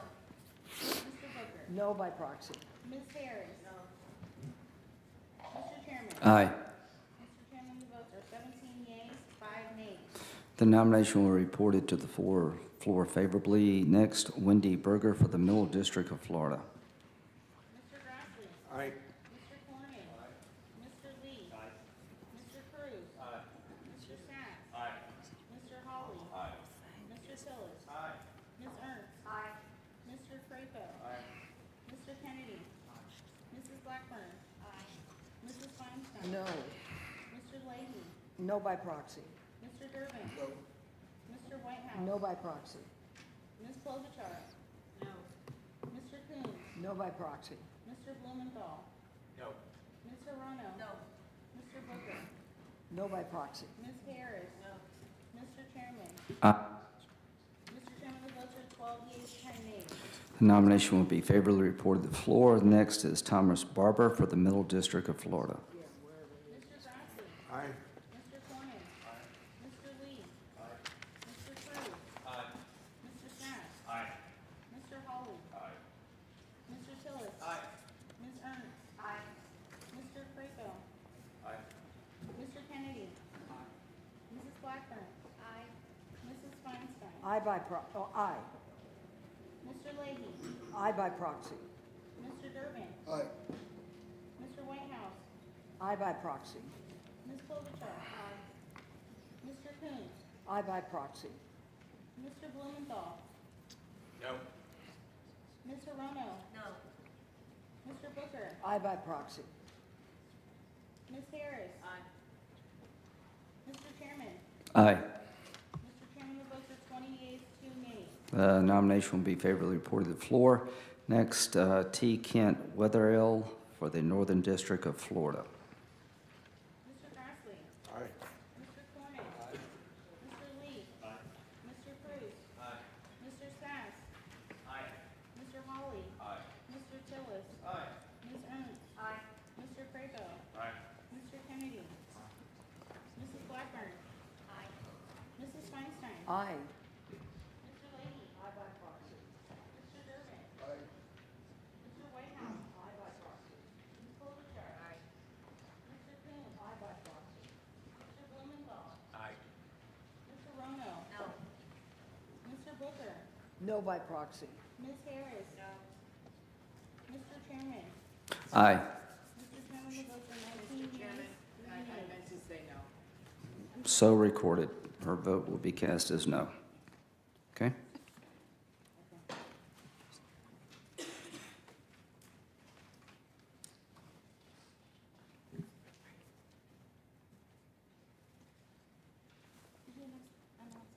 was it? Oh, I'm so sorry. So the votes are 18 yeas, 4 nays. Okay, the nomination will be favorably reported to the floor. The next is the nomination of Karen Emmergut for the District of Oregon. Mr. Grassley. Mr. Corning. Mr. Lee. Mr. Cruz. Mr. Sachs. Mr. Holland. Mr. Tillis. Ms. Ernst. Mr. Crapo. Mr. Kennedy. Mrs. Blackburn. Mrs. Feinstein. Aye. Mr. Leahy. Aye by proxy. Mr. Durbin. Aye. Mr. Whitehouse. Aye by proxy. Ms. Klobuchar. Aye. Mr. Coons. Aye by proxy. Mr. Blumenthal. Aye. Mr. Rono. No. Mr. Booker. Aye by proxy. Ms. Harris. No. Mr. Chairman. Aye. Mr. Chairman, the votes are 20 yeas, 2 nays. The nomination will be favorably reported to the floor. Next, the nomination of Jean-Paul Boulay for the Northern District of Georgia. Mr. Grassley. Aye. Mr. Corning. Mr. Lee. Mr. Cruz. Mr. Sachs. Mr. Hawley. Mr. Tillis. Ms. Ernst. Mr. Crapo. Mr. Kennedy. Mrs. Blackburn. Mrs. Feinstein. Aye. Mr. Leahy. Aye by proxy. Mr. Durbin. Aye. Mr. Aye Whitehouse. by proxy. Ms. Klobuchar. Mr. Coons. Aye by proxy. Mr. Blumenthal. Mr. Rono. Mr. Booker. Aye by proxy. Ms. Harris. Mr. Chairman. Aye. Mr. Chairman, the votes are 22 yeas. The nomination will be favorably reported to the floor. The next, James Kane Jr. for the Western District of Louisiana. Mr. Grassley. Aye. Mr. Corning. Mr. Lee. Mr. Cruz. Mr. Sachs. Mr. Hawley. Mr. Tillis. Ms. Ernst. Mr. Crapo. Mr. Kennedy. Mrs. Blackburn. Mrs. Feinstein. Aye. Mr. Leahy. Aye by proxy. Mr. Durbin. Aye. Mr. Whitehouse. Aye by proxy. Ms. Klobuchar. Mr. Coons. Aye by proxy. Mr. Blumenthal. Mr. Rono. Mr. Booker. No by proxy. Ms. Harris. Mr. Chairman. Aye. Mr. Chairman, the votes are 20 yeas, 2 nays. It will be reported favorably to the floor. The next, J. Nicholas Ranjan for the Western District of Pennsylvania. Mr. Grassley. Mr. Corning. Mr. Lee. Mr. Cruz. Mr. Sachs. Mr. Hawley. Mr. Tillis. Ms. Ernst. Mr. Crapo. Mr. Kennedy. Mrs. Blackburn. Mrs. Feinstein. Aye. Mr. Leahy. Aye by proxy. Mr. Durbin. Aye. Mr. Whitehouse. Aye by proxy. Ms. Klobuchar. No. Mr. Coons. Aye by proxy. Mr. Blumenthal. No. Mr. Rono. No. Mr. Booker. Aye by proxy. Ms. Harris. No. Mr. Chairman. Aye. Mr. Chairman, the votes are 18 yeas, 4 nays. The nomination will be reported to the floor. Next, Brian Bisher for the District of Nebraska. Mr. Grassley. Aye. Mr. Corning. Mr. Lee. Mr. Cruz. Mr. Sachs. Mr. Hawley. Mr. Tillis. Ms. Ernst. Mr. Crapo. Mr. Kennedy. Mrs. Blackburn. Mrs. Feinstein. No. Mr. Leahy. No by proxy. Mr. Durbin. No. Mr. Whitehouse. No by proxy. Ms. Klobuchar. No. Mr. Coons. No by proxy. Mr. Blumenthal. No. Mr. Rono. No. Mr. Booker. No by proxy. Ms. Harris. No. Mr. Chairman. Aye. Mr. Chairman, the votes are 12 yeas, 10 nays. The nomination will be favorably reported to the floor. Next, Clifton Corker for the Eastern District of Tennessee. Mr. Grassley. Aye. Mr. Corning. Mr. Lee. Mr. Cruz. Mr. Sachs. Mr. Hawley. Mr. Tillis. Ms. Ernst. Mr. Crapo. Mr. Kennedy. Mrs. Blackburn. Mrs. Feinstein. No. Mr. Leahy? No by proxy. Mr. Durbin? Nope. Mr. Whitehouse? No by proxy. Ms. Klobuchar? No. Mr. Coons? No by proxy. Mr. Blumenthal? No. Ms. Hirono? No. Mr. Booker? No by proxy. Ms. Harris? No. Mr. Chairman? Aye. Mr. Chairman, the votes are 12 yeas, 10 nays. The nomination will be favorably reported to the floor. Next, Richard Hertling for the Court of Federal Claims. Mr. Grassley? Aye. Mr. Cornyn? Aye. Mr. Lee? Aye. Mr. Cruz? Aye. Mr. Sass? Aye. Mr. Hawley? Aye. Mr. Tillett? Aye. Ms. Ernst? Aye. Mr. Crapo? Aye. Mr. Kennedy? Aye. Mrs. Blackburn? Aye. Mrs. Feinstein? Aye. Mr. Leahy? Aye by proxy. Mr. Durbin? Aye. Mr. Whitehouse? Aye by proxy. Ms. Klobuchar? Aye. Mr. Coons? Aye by proxy. Mr. Blumenthal? Aye. Ms. Hirono? No. Mr. Booker? No by proxy. Ms. Harris? No.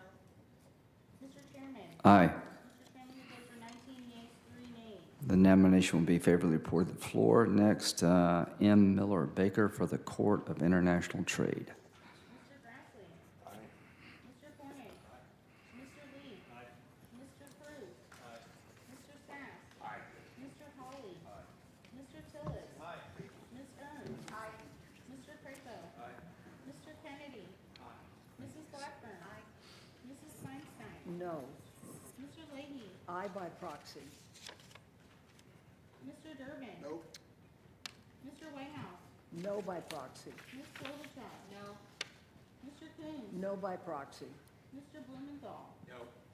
Ms. Hirono? No. Mr. Booker? No by proxy. Ms. Harris? No. Mr. Chairman? Aye. Mr. Chairman, the votes are 13 yeas, 9 nays. The nomination will be favorably reported. The next nomination of Donald Washington to be the Director of the United States Marshal Service. Mr. Grassley? Aye. Mr. Cornyn? Aye. Mr. Lee? Aye. Senator Cruz wants a voice vote on this guy. Mr. Frank? Aye. Mr. Hawley? Aye. Mr. Tillett? Aye. Ms. Ernst? Aye. Mr. Crapo? Aye. Mr. Kennedy? Aye. Mrs. Blackburn? Aye. Mrs. Feinstein? Aye. Mr. Leahy? Aye by proxy. Mr. Durbin? Aye. Mr. Whitehouse? Aye by proxy. Ms. Klobuchar? No. Mr. Coons? Aye by proxy. I meant aye. Mr. Blumenthal? Aye. Ms. Hirono? Aye. Mr. Booker? Aye by proxy. Ms. Harris? Aye. Mr. Chairman? Aye. Mr. Chairman, the votes are 22 yeas. The nomination will be reported to the floor favorably. Senator Cruz, I think, wants a roll call vote on the nomination of John Young, Eastern District of Pennsylvania. Mr. Grassley? Aye. Mr. Cornyn? Aye. Mr. Lee? No. Mr. Cruz? No. Mr. Sass? No. Mr. Hawley? No. Mr. Tillett? Aye. Ms. Ernst? No. Mr. Crapo? No. Mr. Kennedy? Aye. Mrs. Blackburn? Mrs. Feinstein? Aye. Mr. Leahy? Aye by proxy. Mr. Durbin? Aye. Mr. Whitehouse? Aye by proxy. Ms. Klobuchar? Aye. Mr. Coons? Aye by proxy. Mr. Blumenthal? Aye. Ms. Hirono? Aye. Mr. Booker? Aye by proxy. Ms. Harris? Aye. Mr. Chairman? Aye. Mr. Chairman, the votes are 15 yeas, 7 nays. The nomination will be reported to the floor. Now we have an agreement, I think, on 6 district court judges by voice vote. I think, is that correct? Would you read them out? Yes, ma'am. Rodolphe Ruiz for the Southern District of Florida. Raul, R.E. as,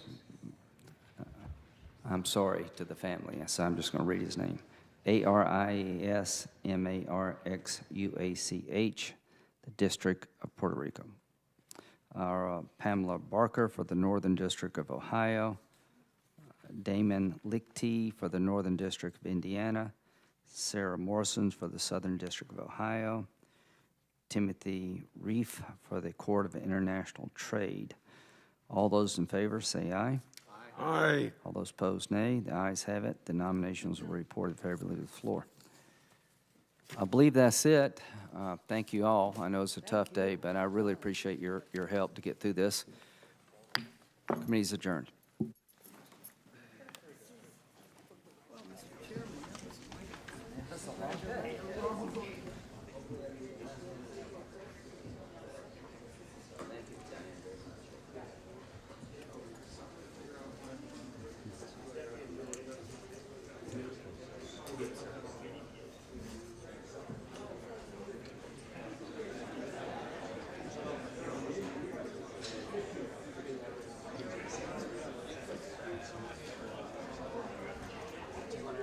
I can show you where Cox is, even if you don't want to go to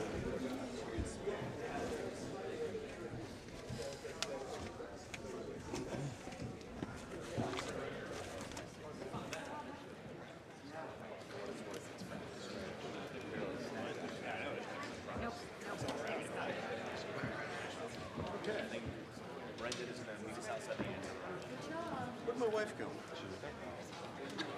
I think, no, that's not her. I don't know who she went. Who are you? This one.